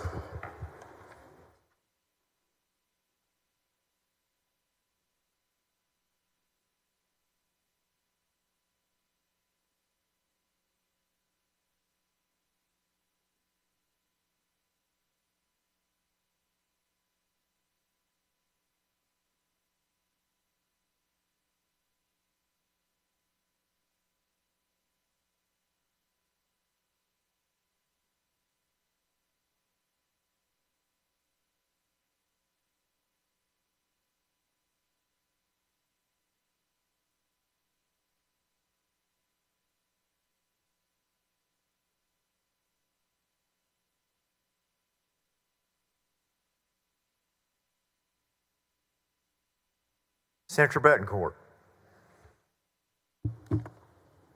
Chair recognizes Senator Betancourt for a motion to concur in House amendments to Senate Bill 510. Thank you, Mr. President and members. House Amendments to Senate Bill 510 added a provision to ensure that registrar has a cure period established by the Secretary of State before Chapter 19 and 31 funds are withheld. And this is simply another in a series of bills that if you don't do the work, you don't get paid. And with that, would move concurrence to House Amendments to Senate Bill 510. Senator Betancourt moves the Senate concur in House amendments to Senate Bill 510. The Secretary will call the roll. Alvarado, Bencourt, Birdwell, Blanco, Campbell, Cook, Creighton, Eckhart, Flores, Gutierrez. There being 20 ayes and 11 nays, the motion is adopted. Thank you, Mr. President and members.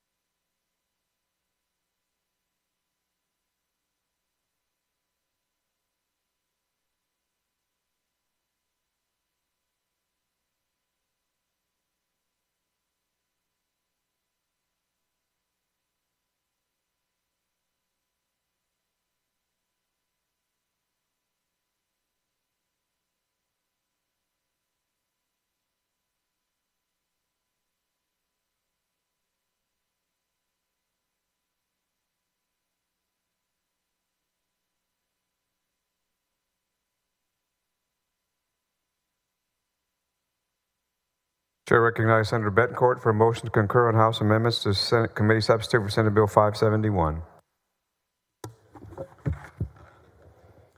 Thank you, Mr. President. Members, this is an important bill. It goes along with Senator Paxton's bill that we talked about. And this will, I hope, be the second bill that will stop sexual predators, pedophiles, and others in our education system, both private and public, in the state of Texas. SB 517 will ensure that everyone that our children interact with in an educational setting are vetted and allegations are sufficiently investigated and acted upon, and the systems in place to provide these protections are consistently audited and reviewed. Members, it's got every loophole plugged that we know of on the do not hire registry around the state. The House amendments to 517 made some minor technical corrections to ensure that those temporarily placed on the registry are able to be removed if they're found to be innocent of allegations. And I know Senator Creighton and the Education Committee heard this at the Education Committee where we heard both these bills and how important it was going to be able to allow the TEA commissioner to immediately put someone into the do not hire registry if they consider that person to be the imminent threat to our children across the state of Texas. And so with that, I move to concur with the House amendments to Senate Bill 517. Senator Paxton, for what purpose? To ask a question of the author, please. Senator Betancourt, you yield. Certainly. Senator Betancourt, you mentioned House Bill 4623, which creates civil liability for school districts who are not being responsible, who are hiring sexual predators in our schools. And so do you see these two bills working together? There's no question that these two bills are so important. And that's why the Lieutenant Governor mentioned that Senator Creighton's going to be basically informing all the superintendents of the change in policy. And I think the important part of this, Senator, is it is absolutely time to stop looking the other way. We have now got a do not hire registry that is every hole that we know is plugged. And with your bill, basically allowing for action to be filed against school districts if they look the other way, these bills need to be mailed to the entire the entirety of all of our school districts. And I would say our school board presidents as well. Right, because it doesn't start with or stop with the superintendent. It's principals, it's school board members, it's other employees that have to realize that we are just as serious as we can be, because we have tried to get these predators out of our schools for 8 years. And we're finally at the point where we have the last two bills that are needed to stop this abomination from happening to our school kids. And with the testimony that we heard about the fact that as recently as 2024, major school districts were still covering up, deleting videos, files don't show up. And I want to also make sure that we put this on the record, because we have exhorted TEA Commissioner Morath to do things faster, better, quicker, as fast as we can to get these people off the register. And I want to make sure that that we talk about this one last time, because I know it's a tremendous passion of yours to stop this. Well, thank you, Senator Betancourt, for this fantastic legislation. I look forward to what these two bills together in tandem are going to be able to do to close a lot of the gaps that sadly our children are falling through. And it's a gap no child should fall through. Our children are our most precious treasure. They are the future. And your bill number? The bill number is House Bill 4623. Right, House Bill 4623, and this is Senate Bill 571. Okay, thank you. And I think they're a fantastic, they're a much needed tandem to finally get everyone's attention. Public schools, private schools, charter schools, anywhere that you have contact with our kids, it's time for this to stop. And the penalties are great if you don't. And I want to thank you for your leadership on this too, Senator Paxton. Thank you, Senator Betancourt. Thank you, members. Senator Betancourt moves the Senate concur in House amendments to committee substitute for Senate Bill 571. Secretary will call the roll. Alvarado, Betancourt, Bardwell, Blanco. 30 ayes, 1 nay. Motion is adopted. Thank you, Mr. President and members.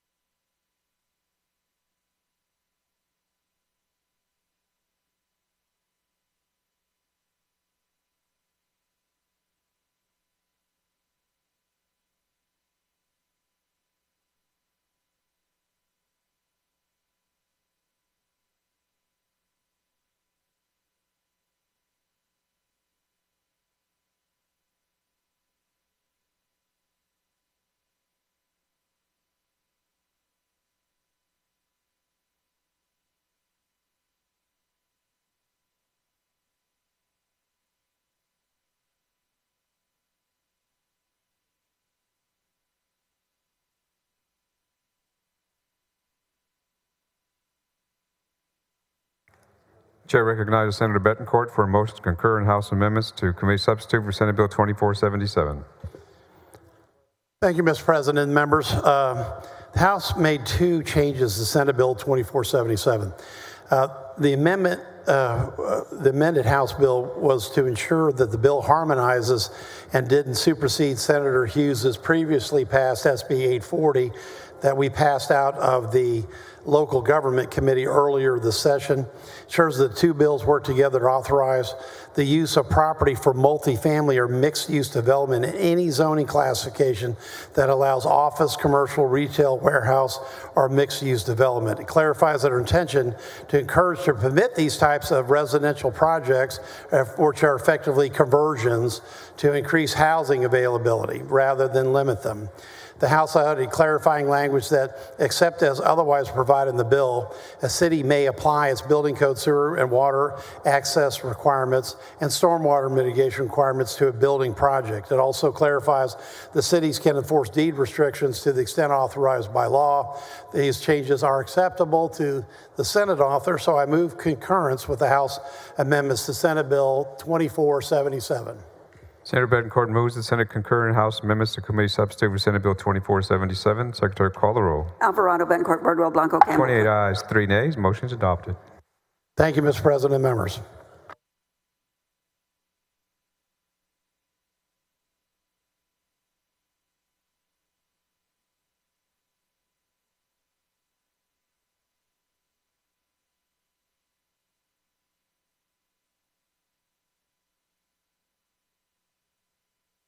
Chair recognizes Senator Creighton for a motion to concur in House amendments to committee substitute for Senate Bill 1191.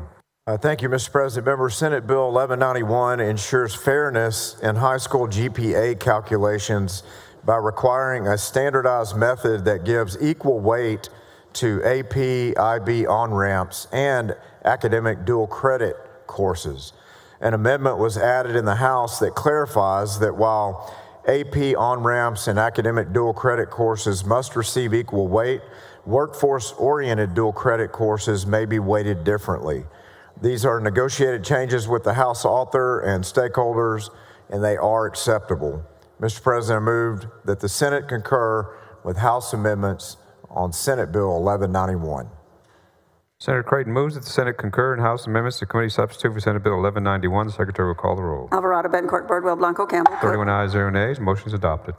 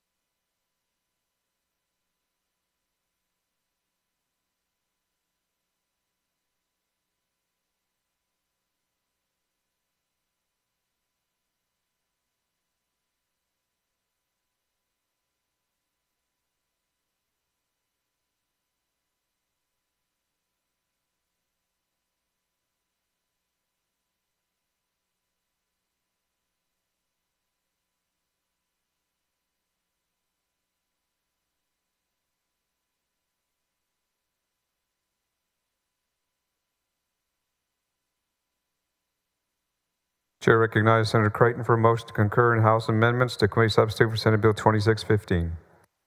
Thank you, Mr. President. Members, Senate Bill 2615, which passed out of this chamber earlier this month, it standardizes remote work policies across Texas public institutions of higher learning. The House approved amendments that made several reasonable exceptions, such as faculty who work part-time or on a temporary research assignment off campus who also may teach dual credit at a high school campus, and those that provide telehealth services. These were changes made by the House sponsor in negotiations with stakeholders, and they're acceptable to the author. Mr. President, I move to concur with House changes on Senate Bill 2615. Senator Creighton moves that the Senate concur in House amendments to committee substitute for Senate Bill 2615. Secretary will call the roll. Alvarado, Bencourt, Birdwell, Blanco, Campbell, Cook. 21 ayes, 10 nays. Motion is adopted.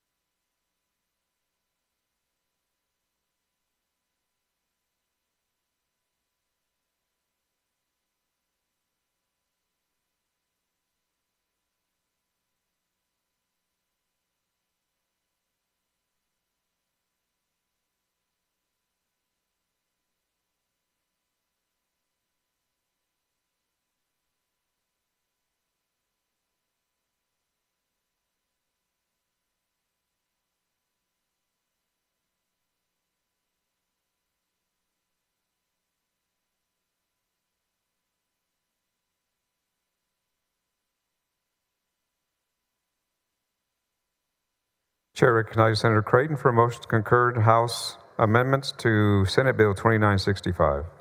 Thank you, Mr. President. Members, Senate Bill 2965 ensures that during the process in which an ESD service area is disannexed and taken over by a city, proper services are still able to be provided.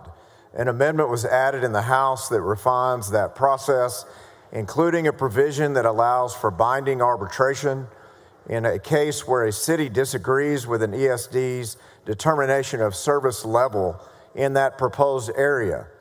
These are negotiated changes with the House author and stakeholders, and they are acceptable to the author.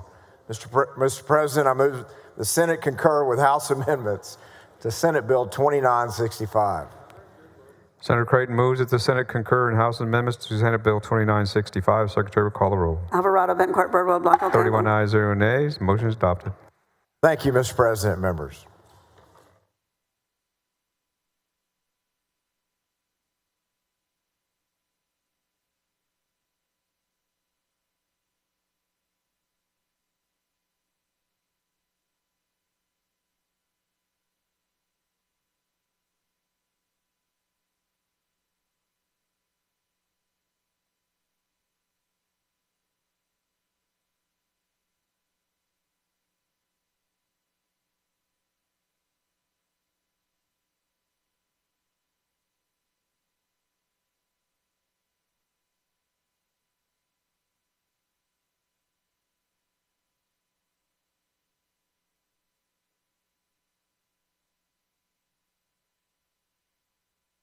Chair recognizes Senator King for a motion to concur in House amendments to Senate Bill 2321.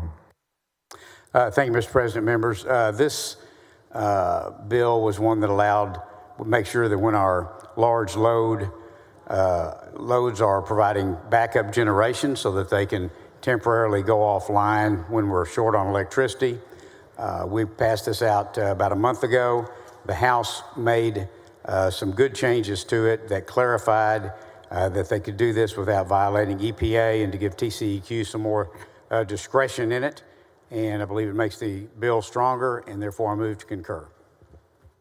Senator King moves that the Senate concur in House amendments to Senate Bill 2321. The Secretary will call the roll. Alvarado, Betancourt, Birdwell, 31 Blanco. ayes, 0 nays. Motion is adopted.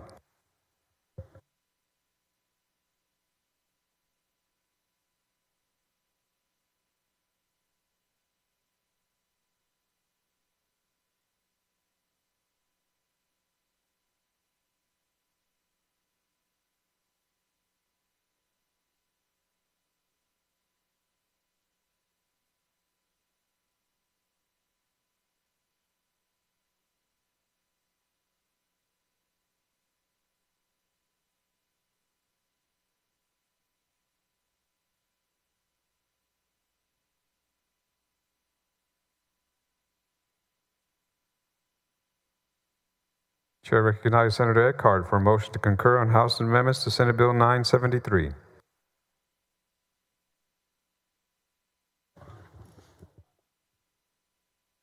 Thank you, Mr. President and members. Senate Bill 973 allows districts to post property sketches online. The House added language to ensure that appraisal review boards may not prohibit appraisers from conducting annual reappraisals. This language was passed out of the Senate by a unanimous vote. That bill was set for the House calendar, but like so many of our bills in the House, it ran out of time. I'd like to thank Senator Gutierrez, Middleton, Parker, and West for joint authoring, and Chairman Turner for sponsoring the bill. With that, I move to concur with the House amendments on Senate Bill 973. Senator Eckhart moves that the Senate concur in House amendments to Senate Bill 973. The Secretary will call the roll. Alvarado, Betancourt, Birdwell, Blanco. 28 ayes and 3 nays. Motion is adopted. Thank you so much, Mr. President, and thank you, members.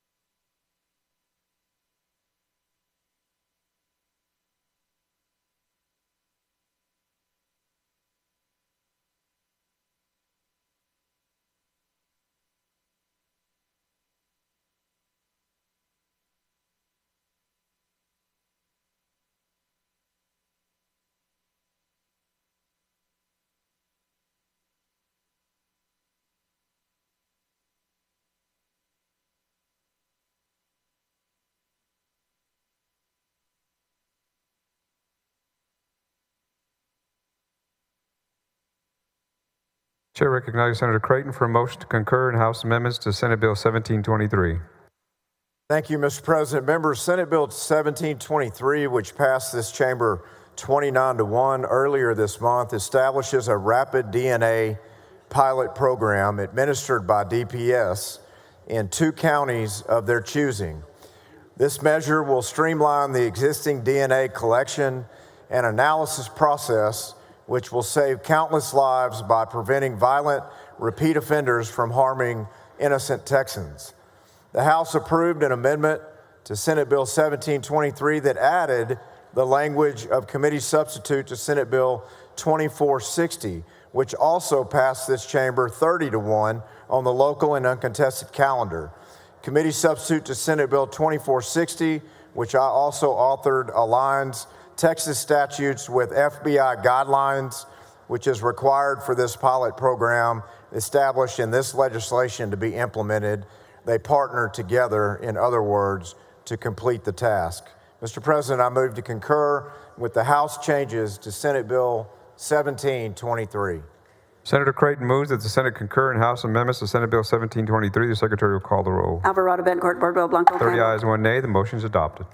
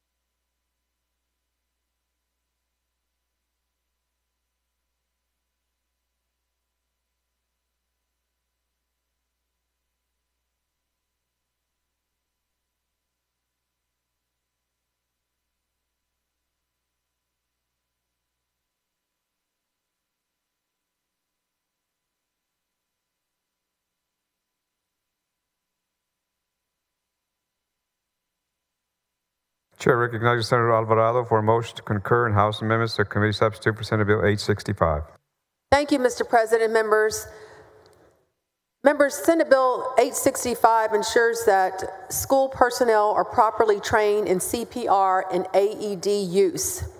This training is essential for improving emergency response capabilities and increases the likelihood of saving outcomes in medical emergencies.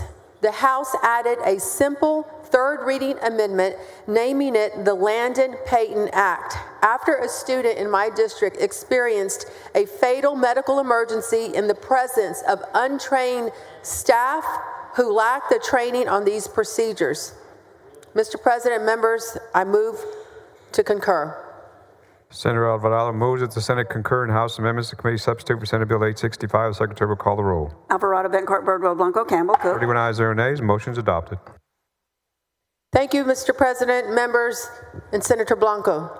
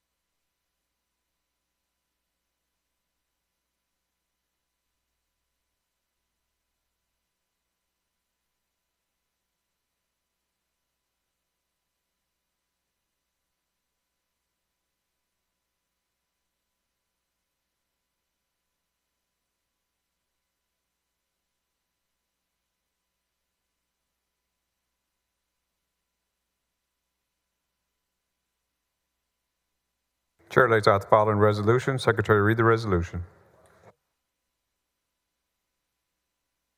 SCR 54, instructing the enrolling clerk of the Senate to make a correction in Senate Bill 2268. Chair recognizes Senator Schwartner to explain the resolution. Thank you, Mr. President. Members, this is a corrective resolution in SCR 54 for House Bill 2268. The corrective resolution authorizes technical corrections to Senate Bill 2268 regarding the Texas Energy Fund. The resolution provides that the PUC, with limited discretion to accommodate Texas Energy Fund loan applicants at risk of delays due to extenuating circumstances. The resolution simply authorizes the enrolling clerk to make technical corrections needed to place language in the proper location and fix grammar, ensuring consistency and enforceability of the TEF loan terms and agreements. I'll be happy to answer any questions or otherwise move adoption of SCR 54. Senator Menendez, for what purpose? The question of the author of SCR 54, Mr. President. Senator Schwartner, do you yield? I yield. Senator Schwartner, I heard what your layout of the SCR, but as I look at the layout on line 15, it has some new language in there, so I'm kind of just concerned. Is that an amendment? Is that a bill, or why?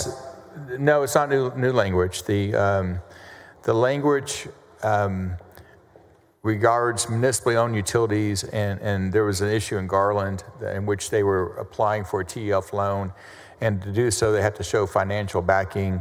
And so this corrective resolution corrects language in 2268 that was language added on the House floor that was a little bit ambiguous and maybe not put in the correct location. But the purpose of the bill was to allow MOUs and co-ops to issue the public securities necessary to secure the TEF loans.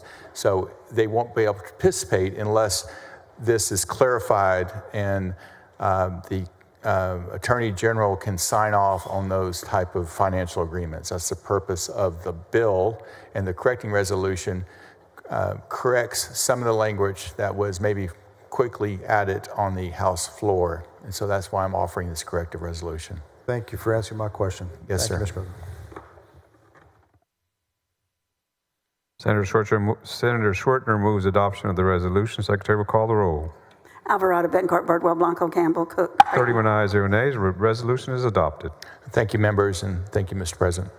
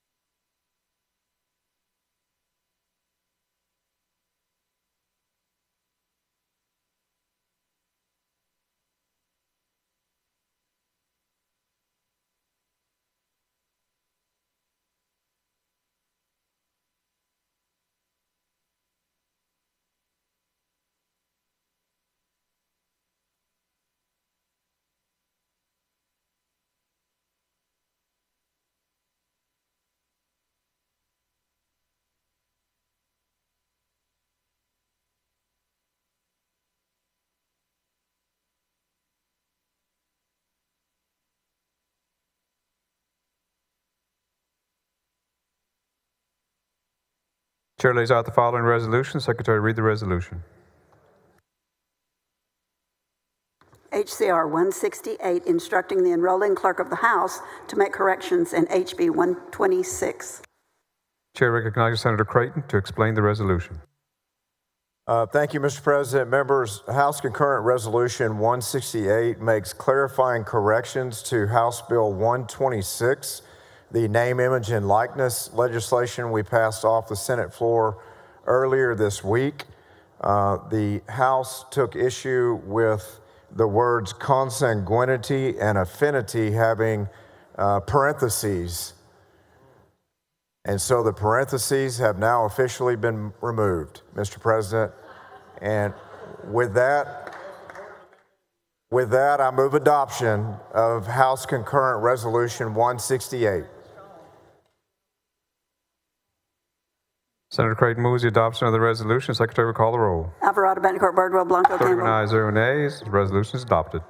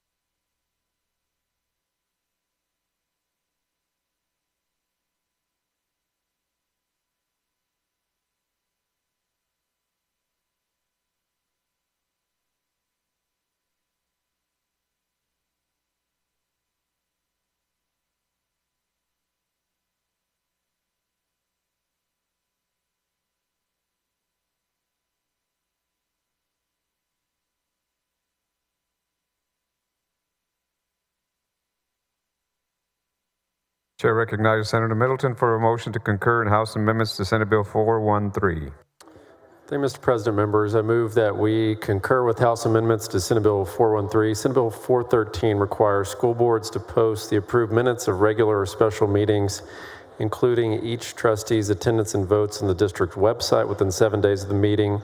The bill also requires the posting of board-adopted resolutions within 7 days. The House added clarifying language that the minutes posted must be approved by the board, and I move concurrence. Senator Middleton moves that the Senate concur House amendments to Senate Bill 413. Secretary, call the roll. Alvarado, Bettencourt, Birdwell, Blanco. 31 ayes, 0 nays. Motion is adopted.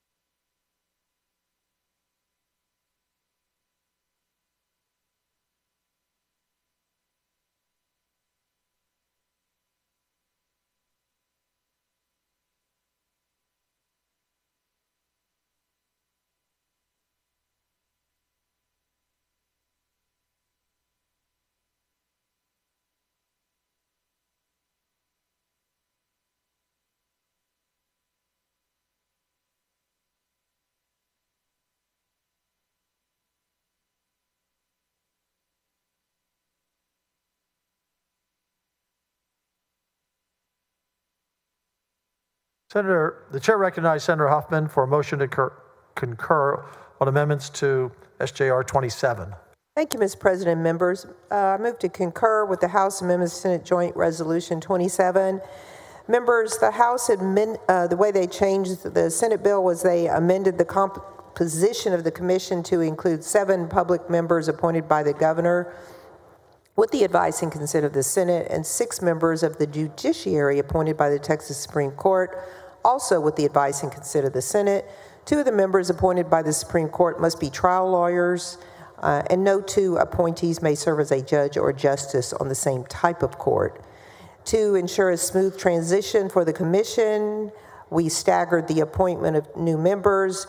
We also, the House restored the commission's authority to issue 1 private admonition, warning, or reprimand, or censure or educational requirement to a judge, provided it's not in response to a complaint involving a criminal offense.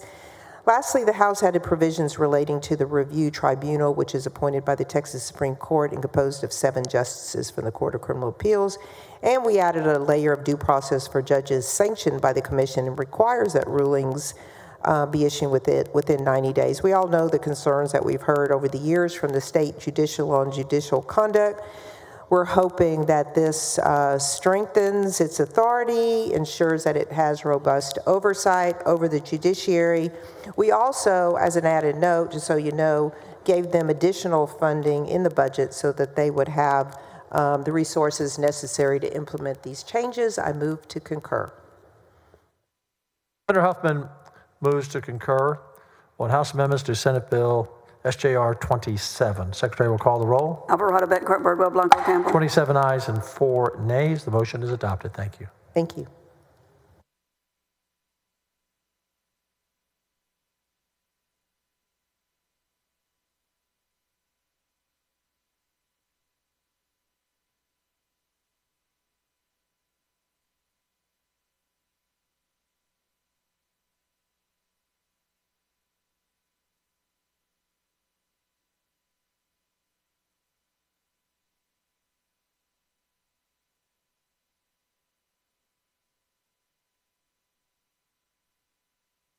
The chair recognizes Senator Hall for a motion to concur on House amendments to Senate Bill 3070.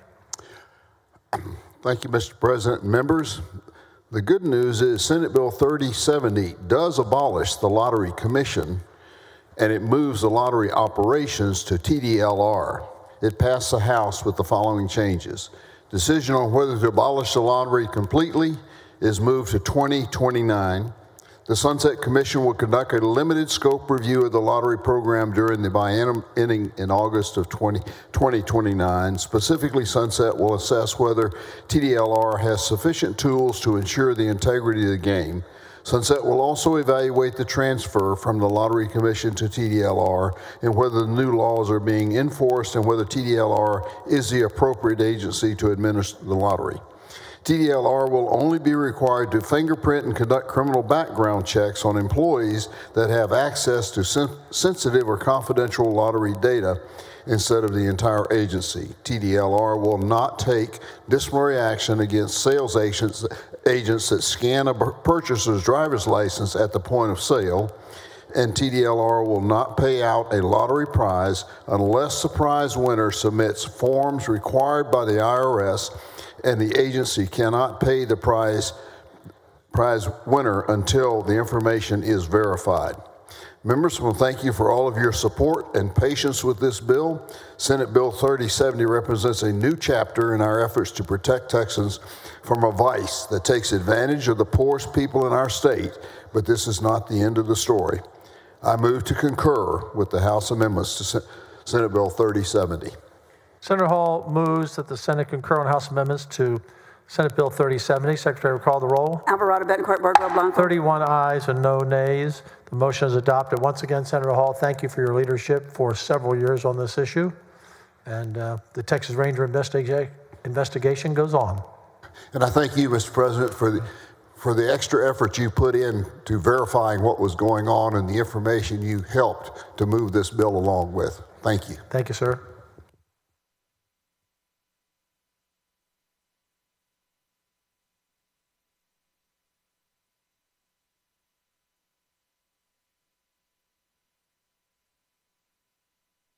Chair recognizes Senator Perry for a motion to concur on House amendments to Senate Bill 7. Thank you, Mr. President. Members, Senate Bill 7 was the water legislation we passed out here a few months back. The House made several changes to Senate Bill 7, adding reuse to infrastructure eligible for water fund, authorizing political subdivisions to seek from new water supply for Texas fund from imported out of the state, clarifying provisions related to administration cost of the water fund based on comptroller feedback, adding EDAP as an eligible for the water fund program, raising capped on EDAP from $75 million to $100 million, transitioning certain elements of Water Development Board's financial reporting requirements from a legislative report to a public posting requirement report, and pushing back to the original bill as filed, coming over from the Senate, a couple more of those. With that, I move to concur on Senate Bill 7. Senator Perry moves that the Senate concur on House amendments to Senate Bill 7. Secretary will call the roll. Alvarado, Betancourt, Boardwell, Blanco. Thank you. 31 ayes, no nays, and same to you, Senator Perry. Thank you for being a lead on this in the legislature and particularly in the Senate. And I know it was a lot of long hours and hard work, but a very important topic. Thank you.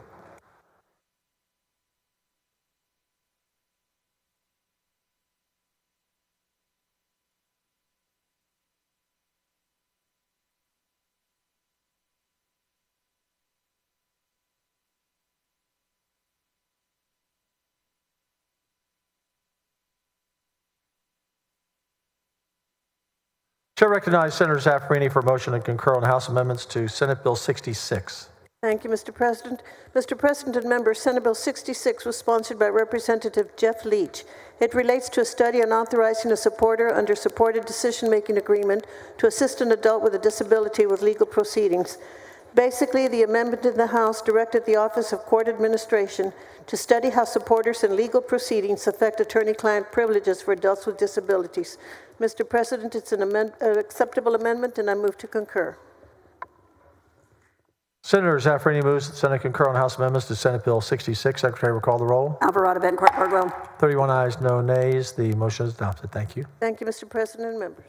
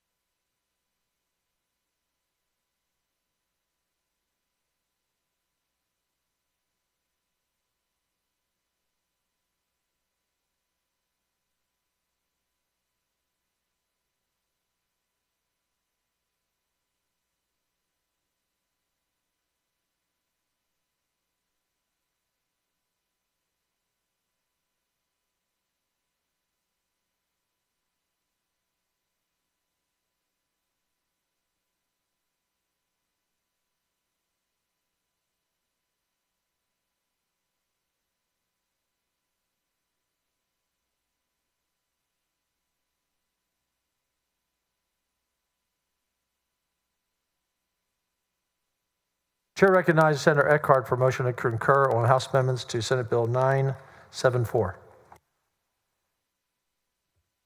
Thank you so much, Mr. President and members. Senate Bill 974 allows teachers to serve on appraisal review boards.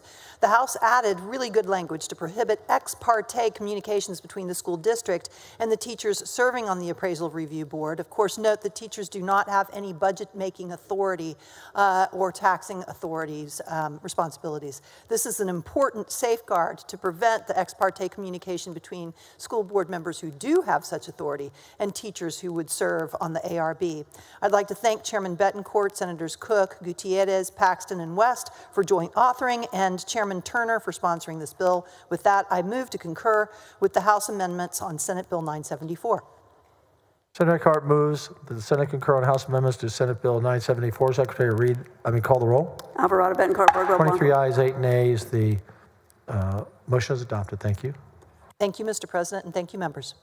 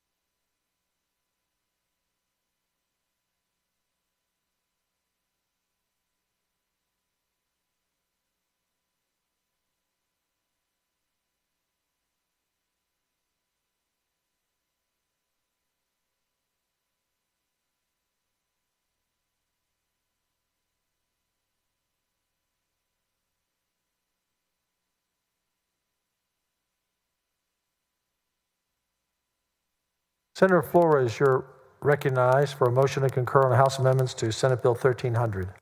Thank you, Mr. President and members. At this time, I move to concur in House amendments to Senate Bill 1300. As a reminder, Senate Bill 1300 is the bill to combat the widespread retail theft crisis to protect Texans from these losses. Senate Bill 1300 addresses the prosecution and punishment of criminal offenses of organized retail theft.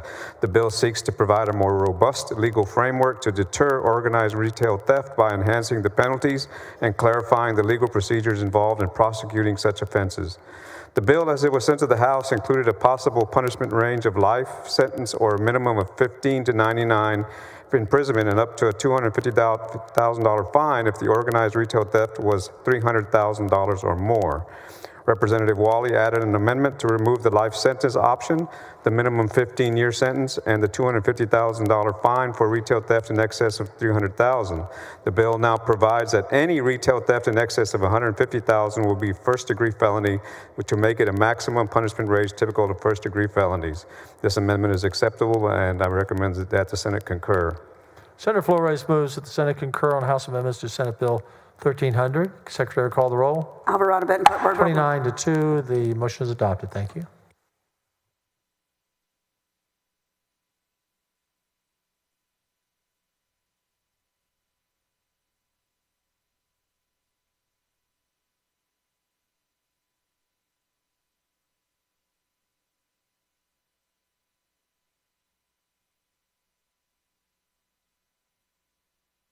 Chair recognizes Senator Blanco for motion to concur on amendments to Senate Bill 1580. Thank you, Mr. President. I move to concur with the House amendments to SB 1580. The House amendments by Chairman Van Dever simply gives LMHAs until September 1st of 2026 to appoint a veteran member to avoid premature termination of board members. Mr. President, I move to concur with the House amendments to SB 1580. Senator Blanco moves that the Senate concur on House amendments to Senate Bill 1580. Secretary will call the roll. Alvarado, Betancourt, 31 Birdwell. ayes, no nays. The motion is adopted. Thank you. Thank you, Mr. President. Members.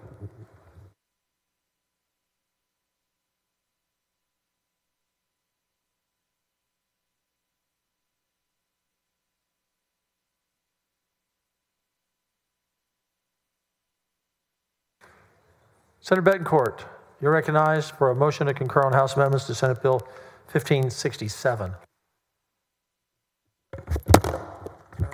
Thank you, Mr. President and members.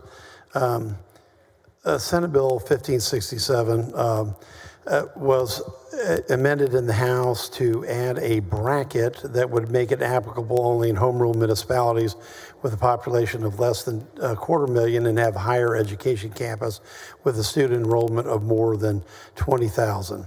And therefore, the bill no longer applies to Texas Tech, Tarleton, or CMF Austin. These changes are acceptable. Move to concur with House amendments to Senate Bill 1567. Senator Betancourt moves that the Senate concur on House amendments to Senate Bill 1567. Secretary will call the roll. Alvarado, Betancourt, Birdwell. 30 ayes, 1 nay. The motion is adopted. Thank you. Thank you, Mr. President.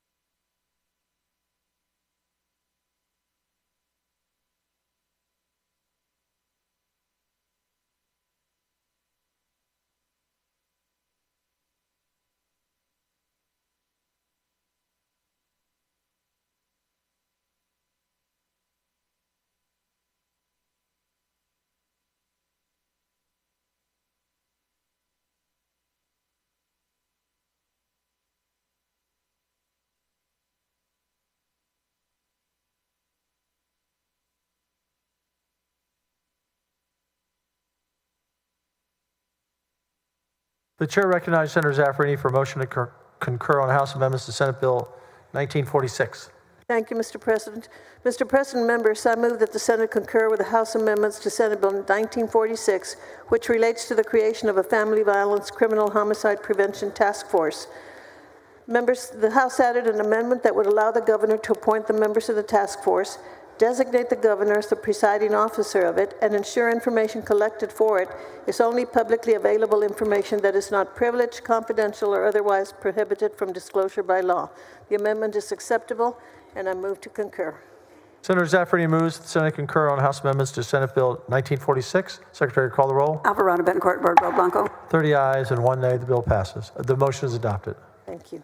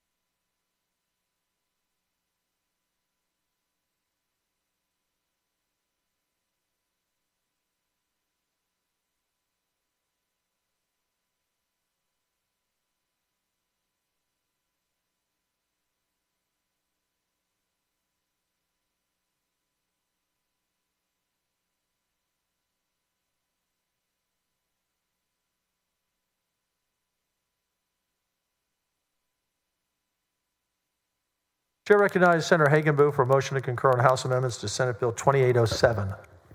Thank you, Mr. President. Members, as a reminder, this bill allows motor carriers to give safety training to owner-operators without risking them being classified as employees. The House amendment is Senator Nichols' Senate Bill 2425 relating to autonomous vehicles and updates their regulations. I think it's a good thing we get Senator Nichols' bill in here. With that, I move the Senate concur with the House amendment of Senate Bill 2807. Good work there for a freshman.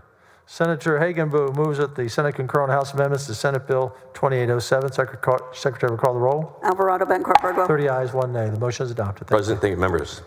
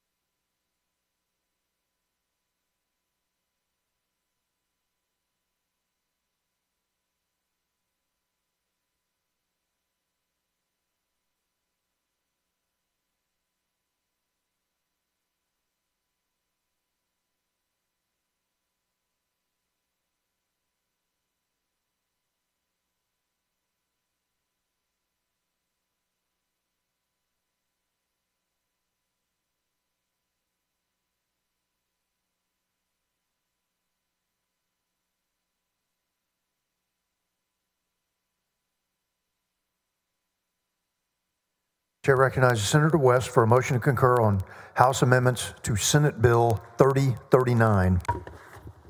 Thank you very much, Mr. President. Senate Bill 3039 is the transfer of students bill that is the sequel of my Senate Bill 25 from a couple of sessions ago. This bill was amended in the House to change the reporting date from September to December at the request of the governor's office. This bill was also amended to add language that there must be transparency in certificates and degree requirements. This excellent amendment by Representative Howard fits the bill perfectly, and therefore I move to concur with the House amendments to Senate Bill 3039. Member Senator West moves that the Senate concur in House amendments to Senate Bill 3039. Secretary will call the roll. Alvarado, Betancourt, There being Birdwell. 31 ayes and no nays, the motion is adopted.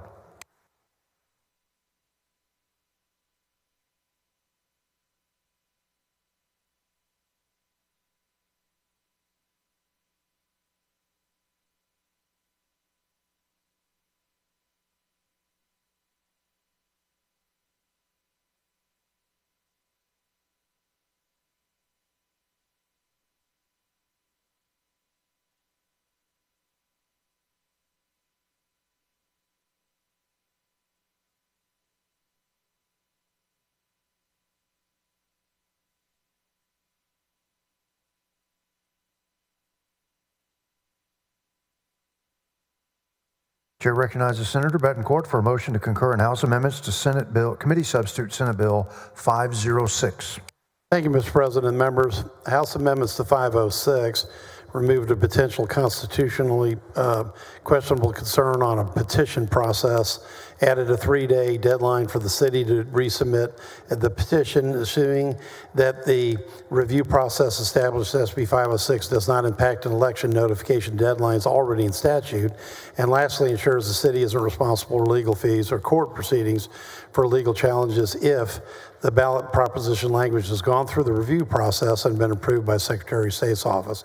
I move to concur with House amendments to Senate Bill 506. Members, Senator Betancourt moves that the Senate concur in House amendments to Senate Bill 506. Secretary will call the roll. Alvarado, Betancourt, There being Boardwell. 24 ayes and 7 nays, the motion is adopted. Thank you, Mr. President. Members.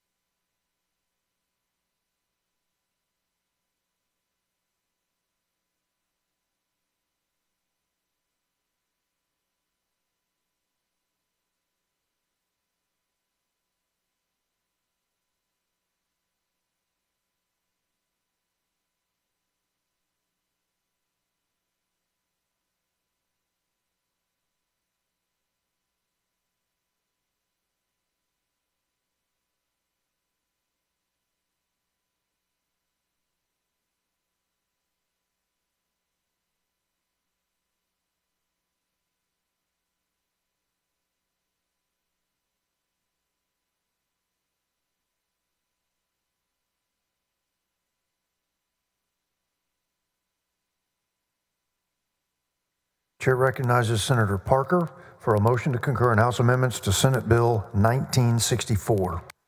Thank you, Mr. President. Members, I move to concur with House amendments to SB 1964. House amendments have aligned definitions and provisions in this bill with the other AI legislation we've passed this session, including HB 149, which was carried by Senator Schwartner. I move to concur.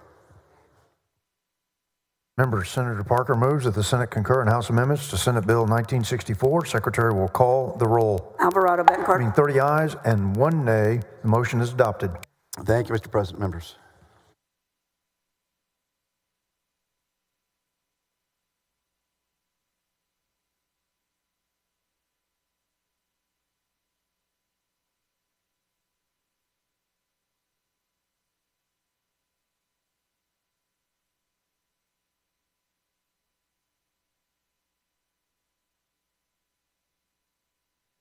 Chair recognizes Senator Parker for a motion to concur in House amendments to Senate Bill 2221. Thank you, Mr. President. Members, I move to concur with House amendments to SB 2221. The House amendment simply corrected one technical drafting error, striking the word financing statement and correcting it to termination statement. I move to concur. Members, Senator Parker moves that the Senate concur in House amendments to Senate Bill 2221. Secretary will call the roll. Alvarado Betancourt. There being 31 ayes and no nays, the motion is adopted. Thank you, Mr. President. Members.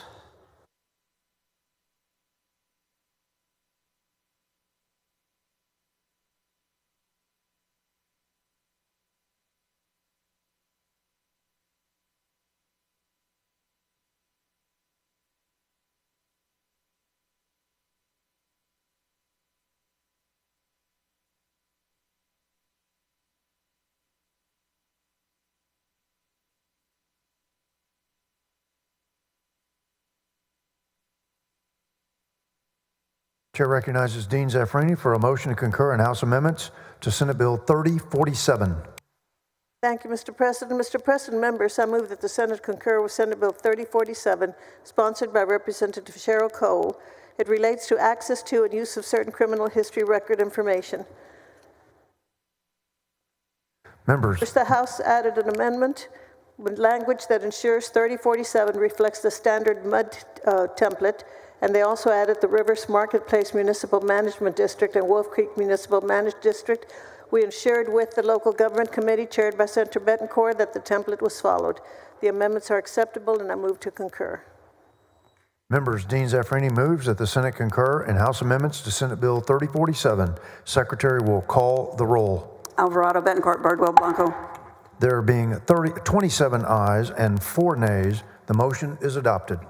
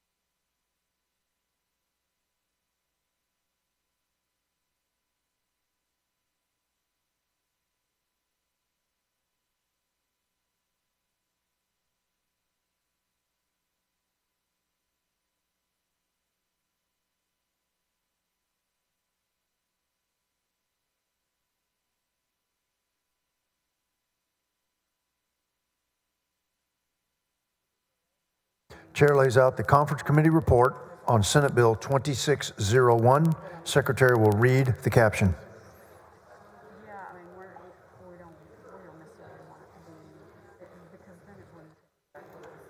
Senate Bill 2601 relating to a border crime property damage compensation program. Chair recognizes Senator Blanco on the conference committee report. Thank you, Mr. President. Members, Senate Bill 2601 is a cleanup bill from the Landowners Compensation Program, which we passed in the 88th legislature to incorporate feedback from stakeholders. The language in this report has been carefully negotiated among key groups and the Attorney General's office.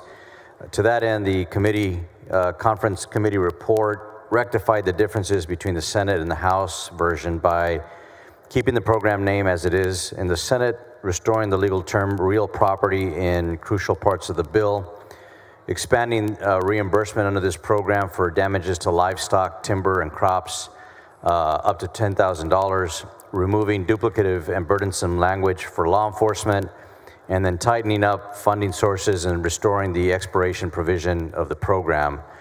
I want to thank Lieutenant Governor, the Border Security Committee, Representative Guillen, and all the key stakeholders in the conference committee for collaborating with our office to ensure this program runs most efficiently for our Texas landowners.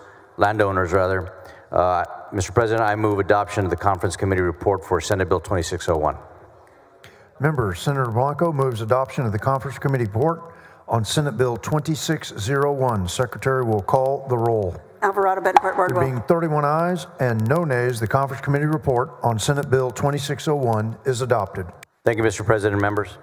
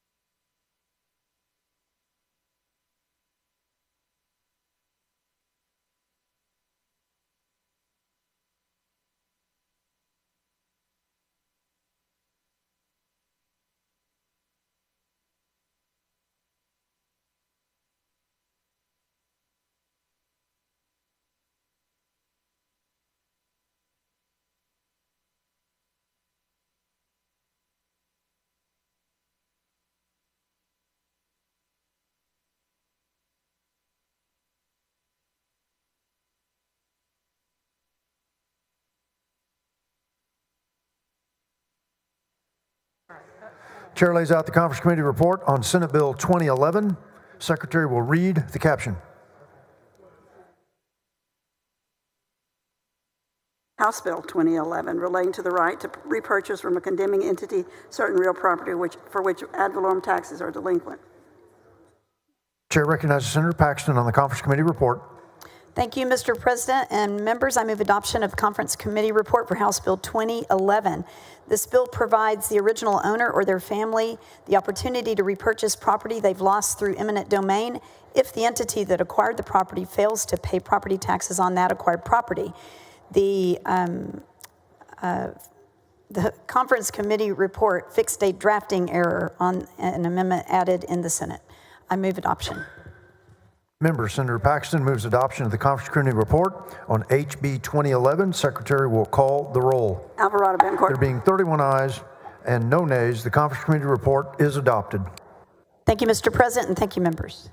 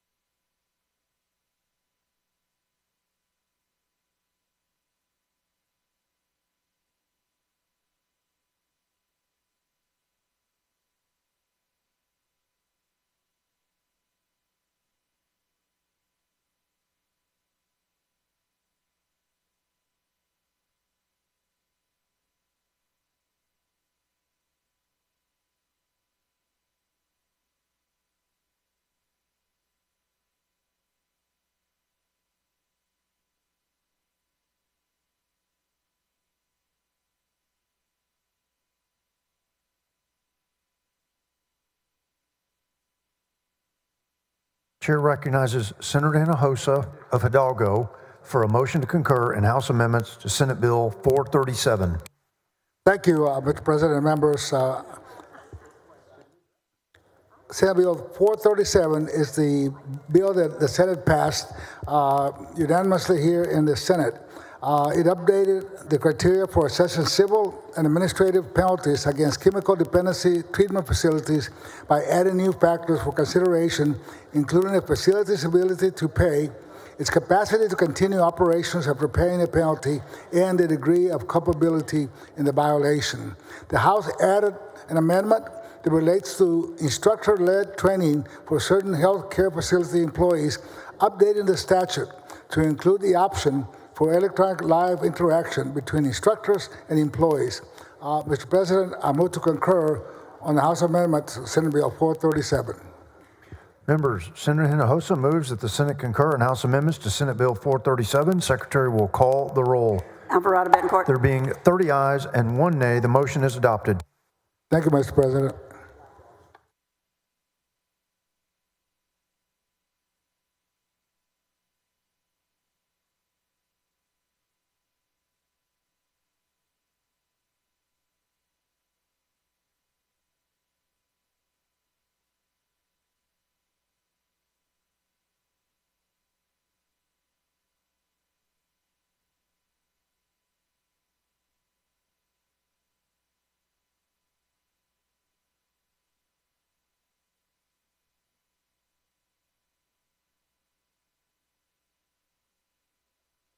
Chair recognizes Senator Eckhart for a motion to concur in House amendments to Senate Bill 710.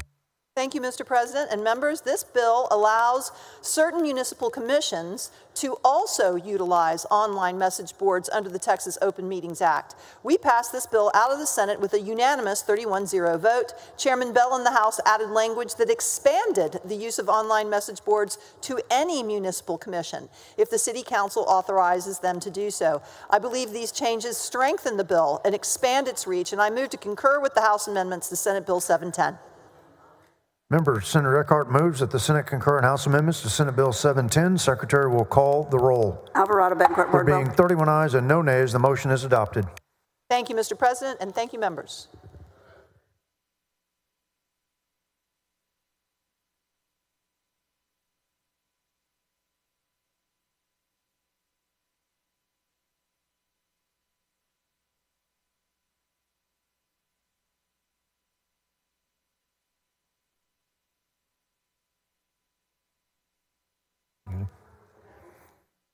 Chair recognizes Dean Zaffarini for a motion to concur in House amendments to Senate Bill 904. Thank you, Mr. President. Mr. President and members, Senate Bill 904 was sponsored by Representative Charles Cunningham. It relates to the licensing and regulation of hearing instrument fitters and dispensers.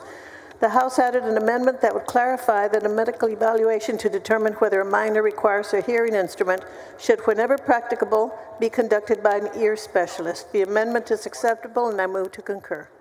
Members, Dean Zaffarini moves that the Senate concur in House amendments to Senate Bill 904. Secretary will call the roll. Alvarado, Bencourt, There being Boardwell. 28 ayes and 3 nays, the motion is adopted.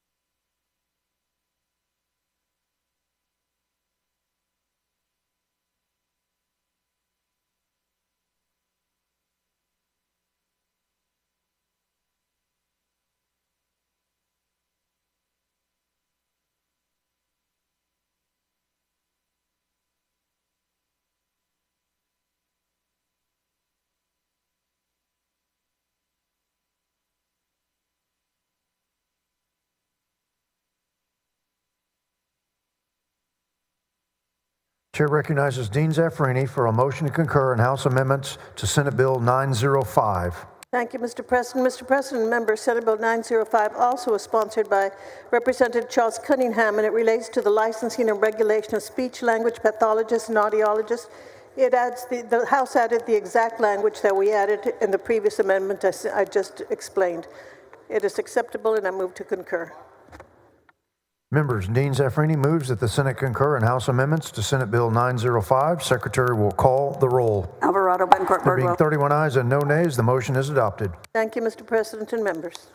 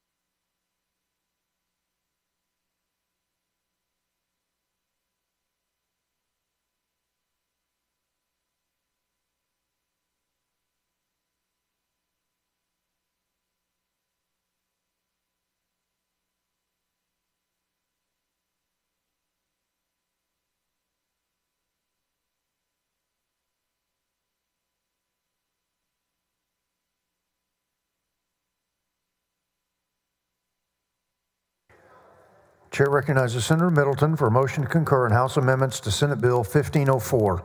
Thank you, Mr. President. Members, I move to concur with House amendments, committee substitute for Senate Bill 1504. The House amendments to Senate Bill 1504 increase transparency and accountability by requiring the presiding director of the Gulf Coast Authority to be physically present at the location of a meeting that is open to the public, and a video and audio feed must be available to the public at the meeting location. Additionally, a director who is participating in a meeting virtually shall be considered absent for any portion of their video or audio connection that is lost. And I move that we concur with House amendments. Member Senator Middleton moves that the Senate concur in House amendments to Senate Bill 1504. Secretary will call the roll. Alvarado, Betancourt. There being 29 ayes and 2 nays, the motion is adopted.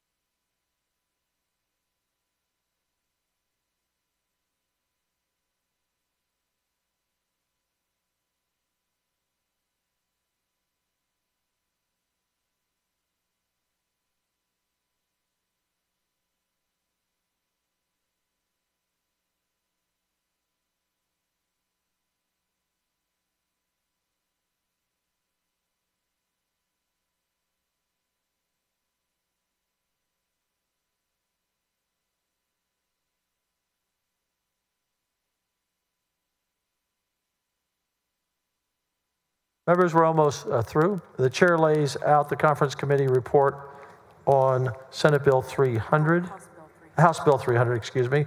Secretary, read the caption.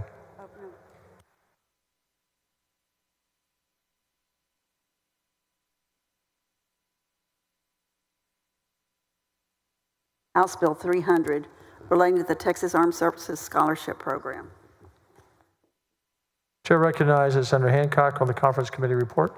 Yes, thank you, Mr. President. Members, I move to adopt the conference committee report on House Bill 300. At the time, we added an amendment to bring the scholarship award to down to $15,000. So that was based on the budget at the time. After budget negotiations and the budget passed, so we amended it back to the 30. And so with that, I move adoption. Senator Hancock moves adoption of the conference committee report on House Bill 300. Secretary will call the roll. Alvarado, Bettencourt, Birdwell, Blanco, Campbell. There being 31 ayes and no nays, the conference committee report on House Bill 300 is adopted. Thank you.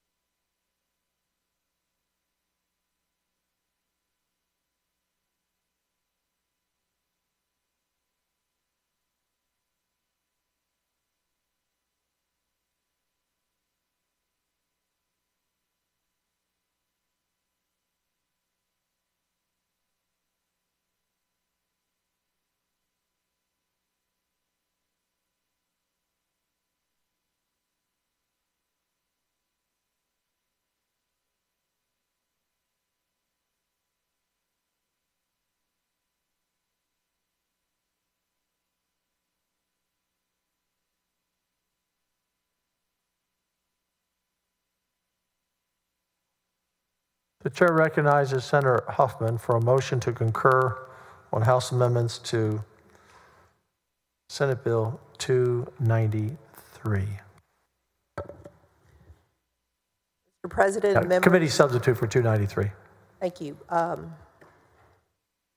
President, at this time, I do move to concur with the committee. It is a committee substitute to 293.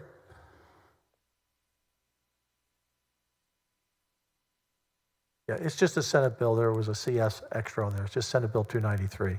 Okay, then I move to concur on Senate Bill 293. Senator Menendez, what purpose? Mr. President, point of order. Parliamentary inquiry. State your inquiry. Mr. President, under Senate Rule 715, is it true that any House amendments that are offered to a Senate bill must be germane? Yes. Mr. President, I rise to make a point of order on Senate Bill 293 that Section 23 of the House Committee substitute is not germane to the Senate bill. Please bring it forward.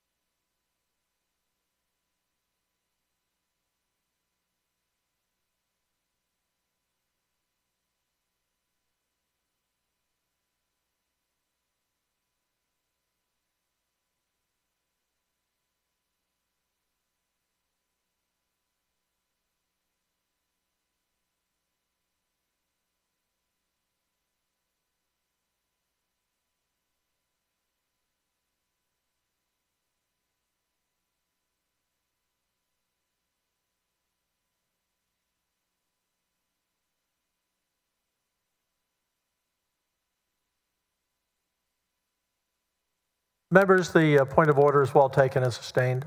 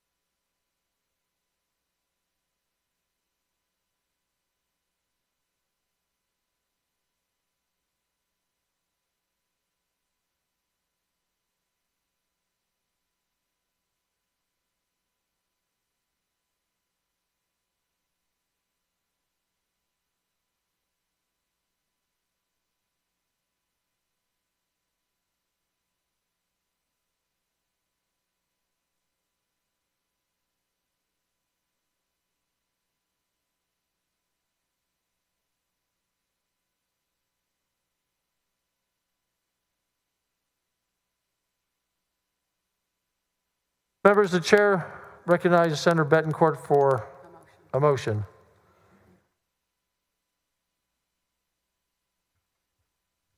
Mr. President, I move to suspend all necessary rules to permit the consideration of Senate Resolution 695. Secretary, is there objection? I'm sorry. There is no objection. Motion is adopted. Chair lays out the following resolution. The Secretary will read the resolution. There we go. Senate Resolution 695 by Betancourt et al. Whereas the Senate has passed Senate Bill 293 relating to the discipline of judges by the State Commission on Judicial Conduct, notice of certain reprimands, judicial compensation and related retirement benefits, and the reporting of certain judicial transparency information, authorizing an administrative penalty. And whereas the House of Representatives has passed Senate Bill 293 in the form of a House committee substitute with floor amendments and returned the House amendments to the Senate for consideration. And whereas the President of the Senate sustained a point of order that Section 23 of the House amendments version of the bill is not germane to the Senate version of the bill and is for that reason not eligible for consideration by the Senate. Therefore, be it resolved that the Senate of the 89th Texas Legislature hereby concurs in the House amendments to Senate Bill 293 in all respects except for Section 23 of the House amendments, amending Section 814.103 Government Code, and substitutes, therefore, Section 20 of the Senate version of the bill, amending Section 814.103 Government Code, and requests the House of Representatives to recede from the portion of the House amendments adding Section 23 to the bill and adopt in lieu thereof the following section, which is in all respects identical to Section 20 of the Senate version. Section 814.103 Government Code is amended by adding subsections D and E to read as follows. D, notwithstanding subsection A or A1 or any other law, any increase in the state-based salary being paid to a district judge is set by the General Appropriations Act in accordance with Section 659.012 by the 89th Legislature Regular Session 2025, does not apply to a standard service retirement annuity computed under this section for a retiree or beneficiary if the retiree on whose service the annuity is based retired before September 1, 2025. And whereas 2, the amount of the state-based salary being paid to a district judge as set by Chapter 1170, House Bill 1, Acts of the 88th Legislature, Regular Session 2023, the General Appropriations Act, for the fiscal year ending August 31st, 2025, in accordance with Section 659.012, continues to apply to the annuity described by Subdivisions 1 until the effective date of legislation the 90th Legislature or a later legislature enacts that increases the state-based salary paid to a district judge as set by the General Appropriations Act in accordance with Section 659.012. E, on the effective date of legislation, the 90th Legislature or a later legislature enacts that increases the state-based salary paid to a district judge as described by Section D. This subsection and subsection D expire. And be it further resolved that on action by the House of Representatives agreeing to Senate amendment to the House version of Senate Bill 293, as proposed by this resolution, the House and Senate be considered to be in agreement in all respects on Senate Bill 293, and that the bill be so enrolled.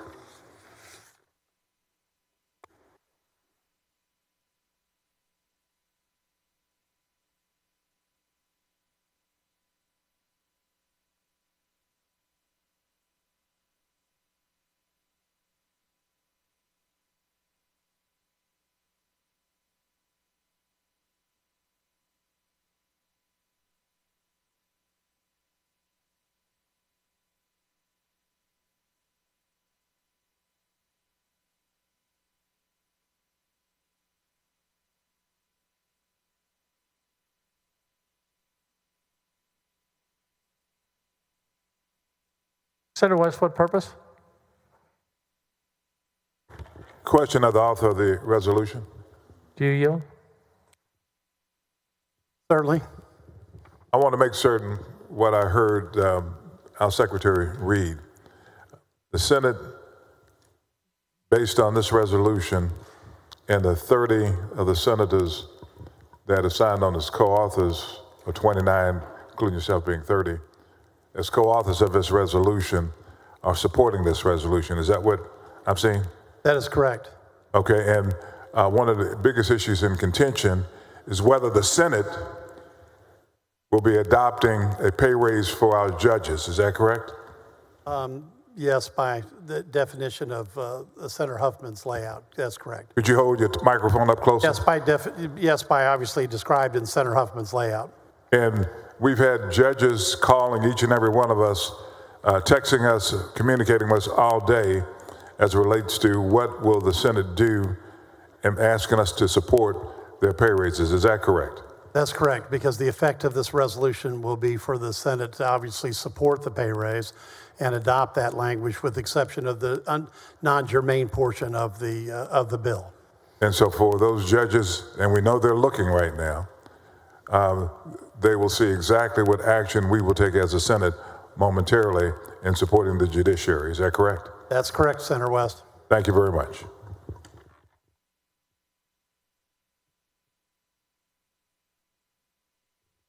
Chair now recognizes Senator Betancourt. Thank you, Mr. President. I move to adopt the resolution that provides for the Senate to concur with all House amendments to Senate Bill 293, except the non-germane provision, and that we propose to the House to adopt the Senate language that in that section of the Government Code. And members, this is an alternative method to our, should I say, conference committee that we use regularly. It's an amendment exchange. Members, I move adoption. Senator Schwertner, what purpose? Parliamentary inquiry. State your inquiry. Mr. President, is it germane to ask what is the current, what has to occur after this bill? What is going to occur after this bill this late hour?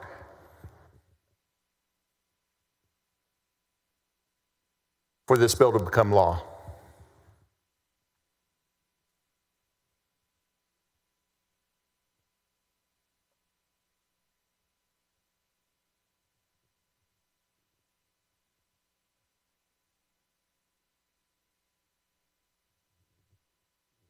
So, Senator, and to all those judges watching, as Senator West pointed out, they're very interested.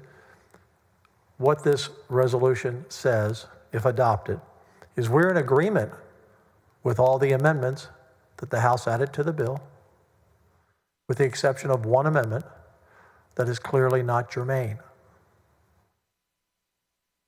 That's what the resolution will say, and it will go back to the House. It'll go back to the House. Thank you.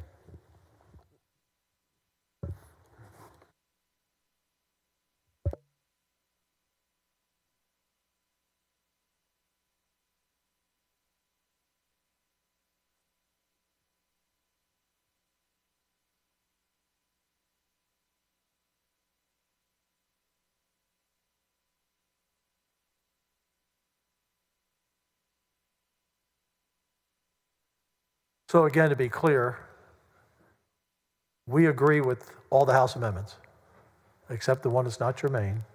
All the House has to do is agree with what we've already agreed to. We've agreed with them. They've agreed with us, except this one amendment that's not germane. So the bill rests in their hands at this point. We've agreed on everything, except this one non-germane amendment. Thank you, Mr. President.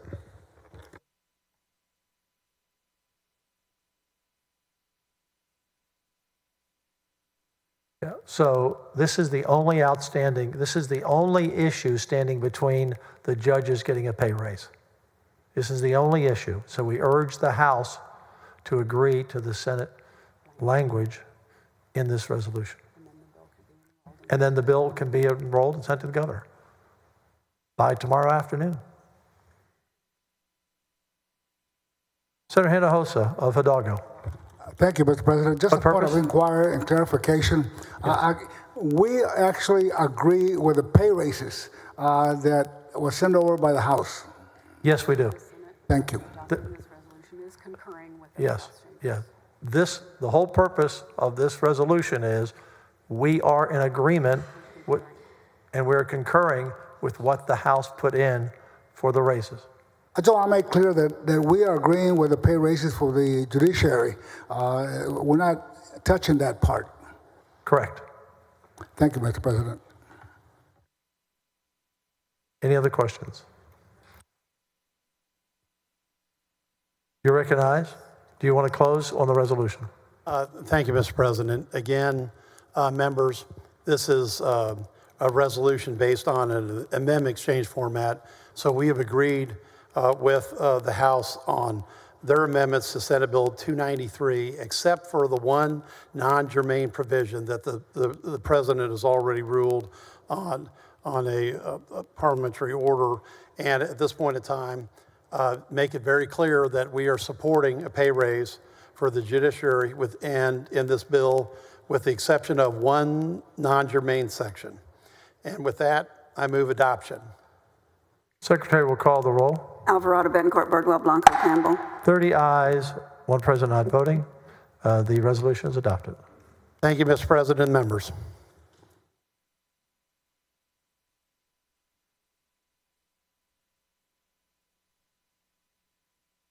The president's desk is clear. Are there any announcements?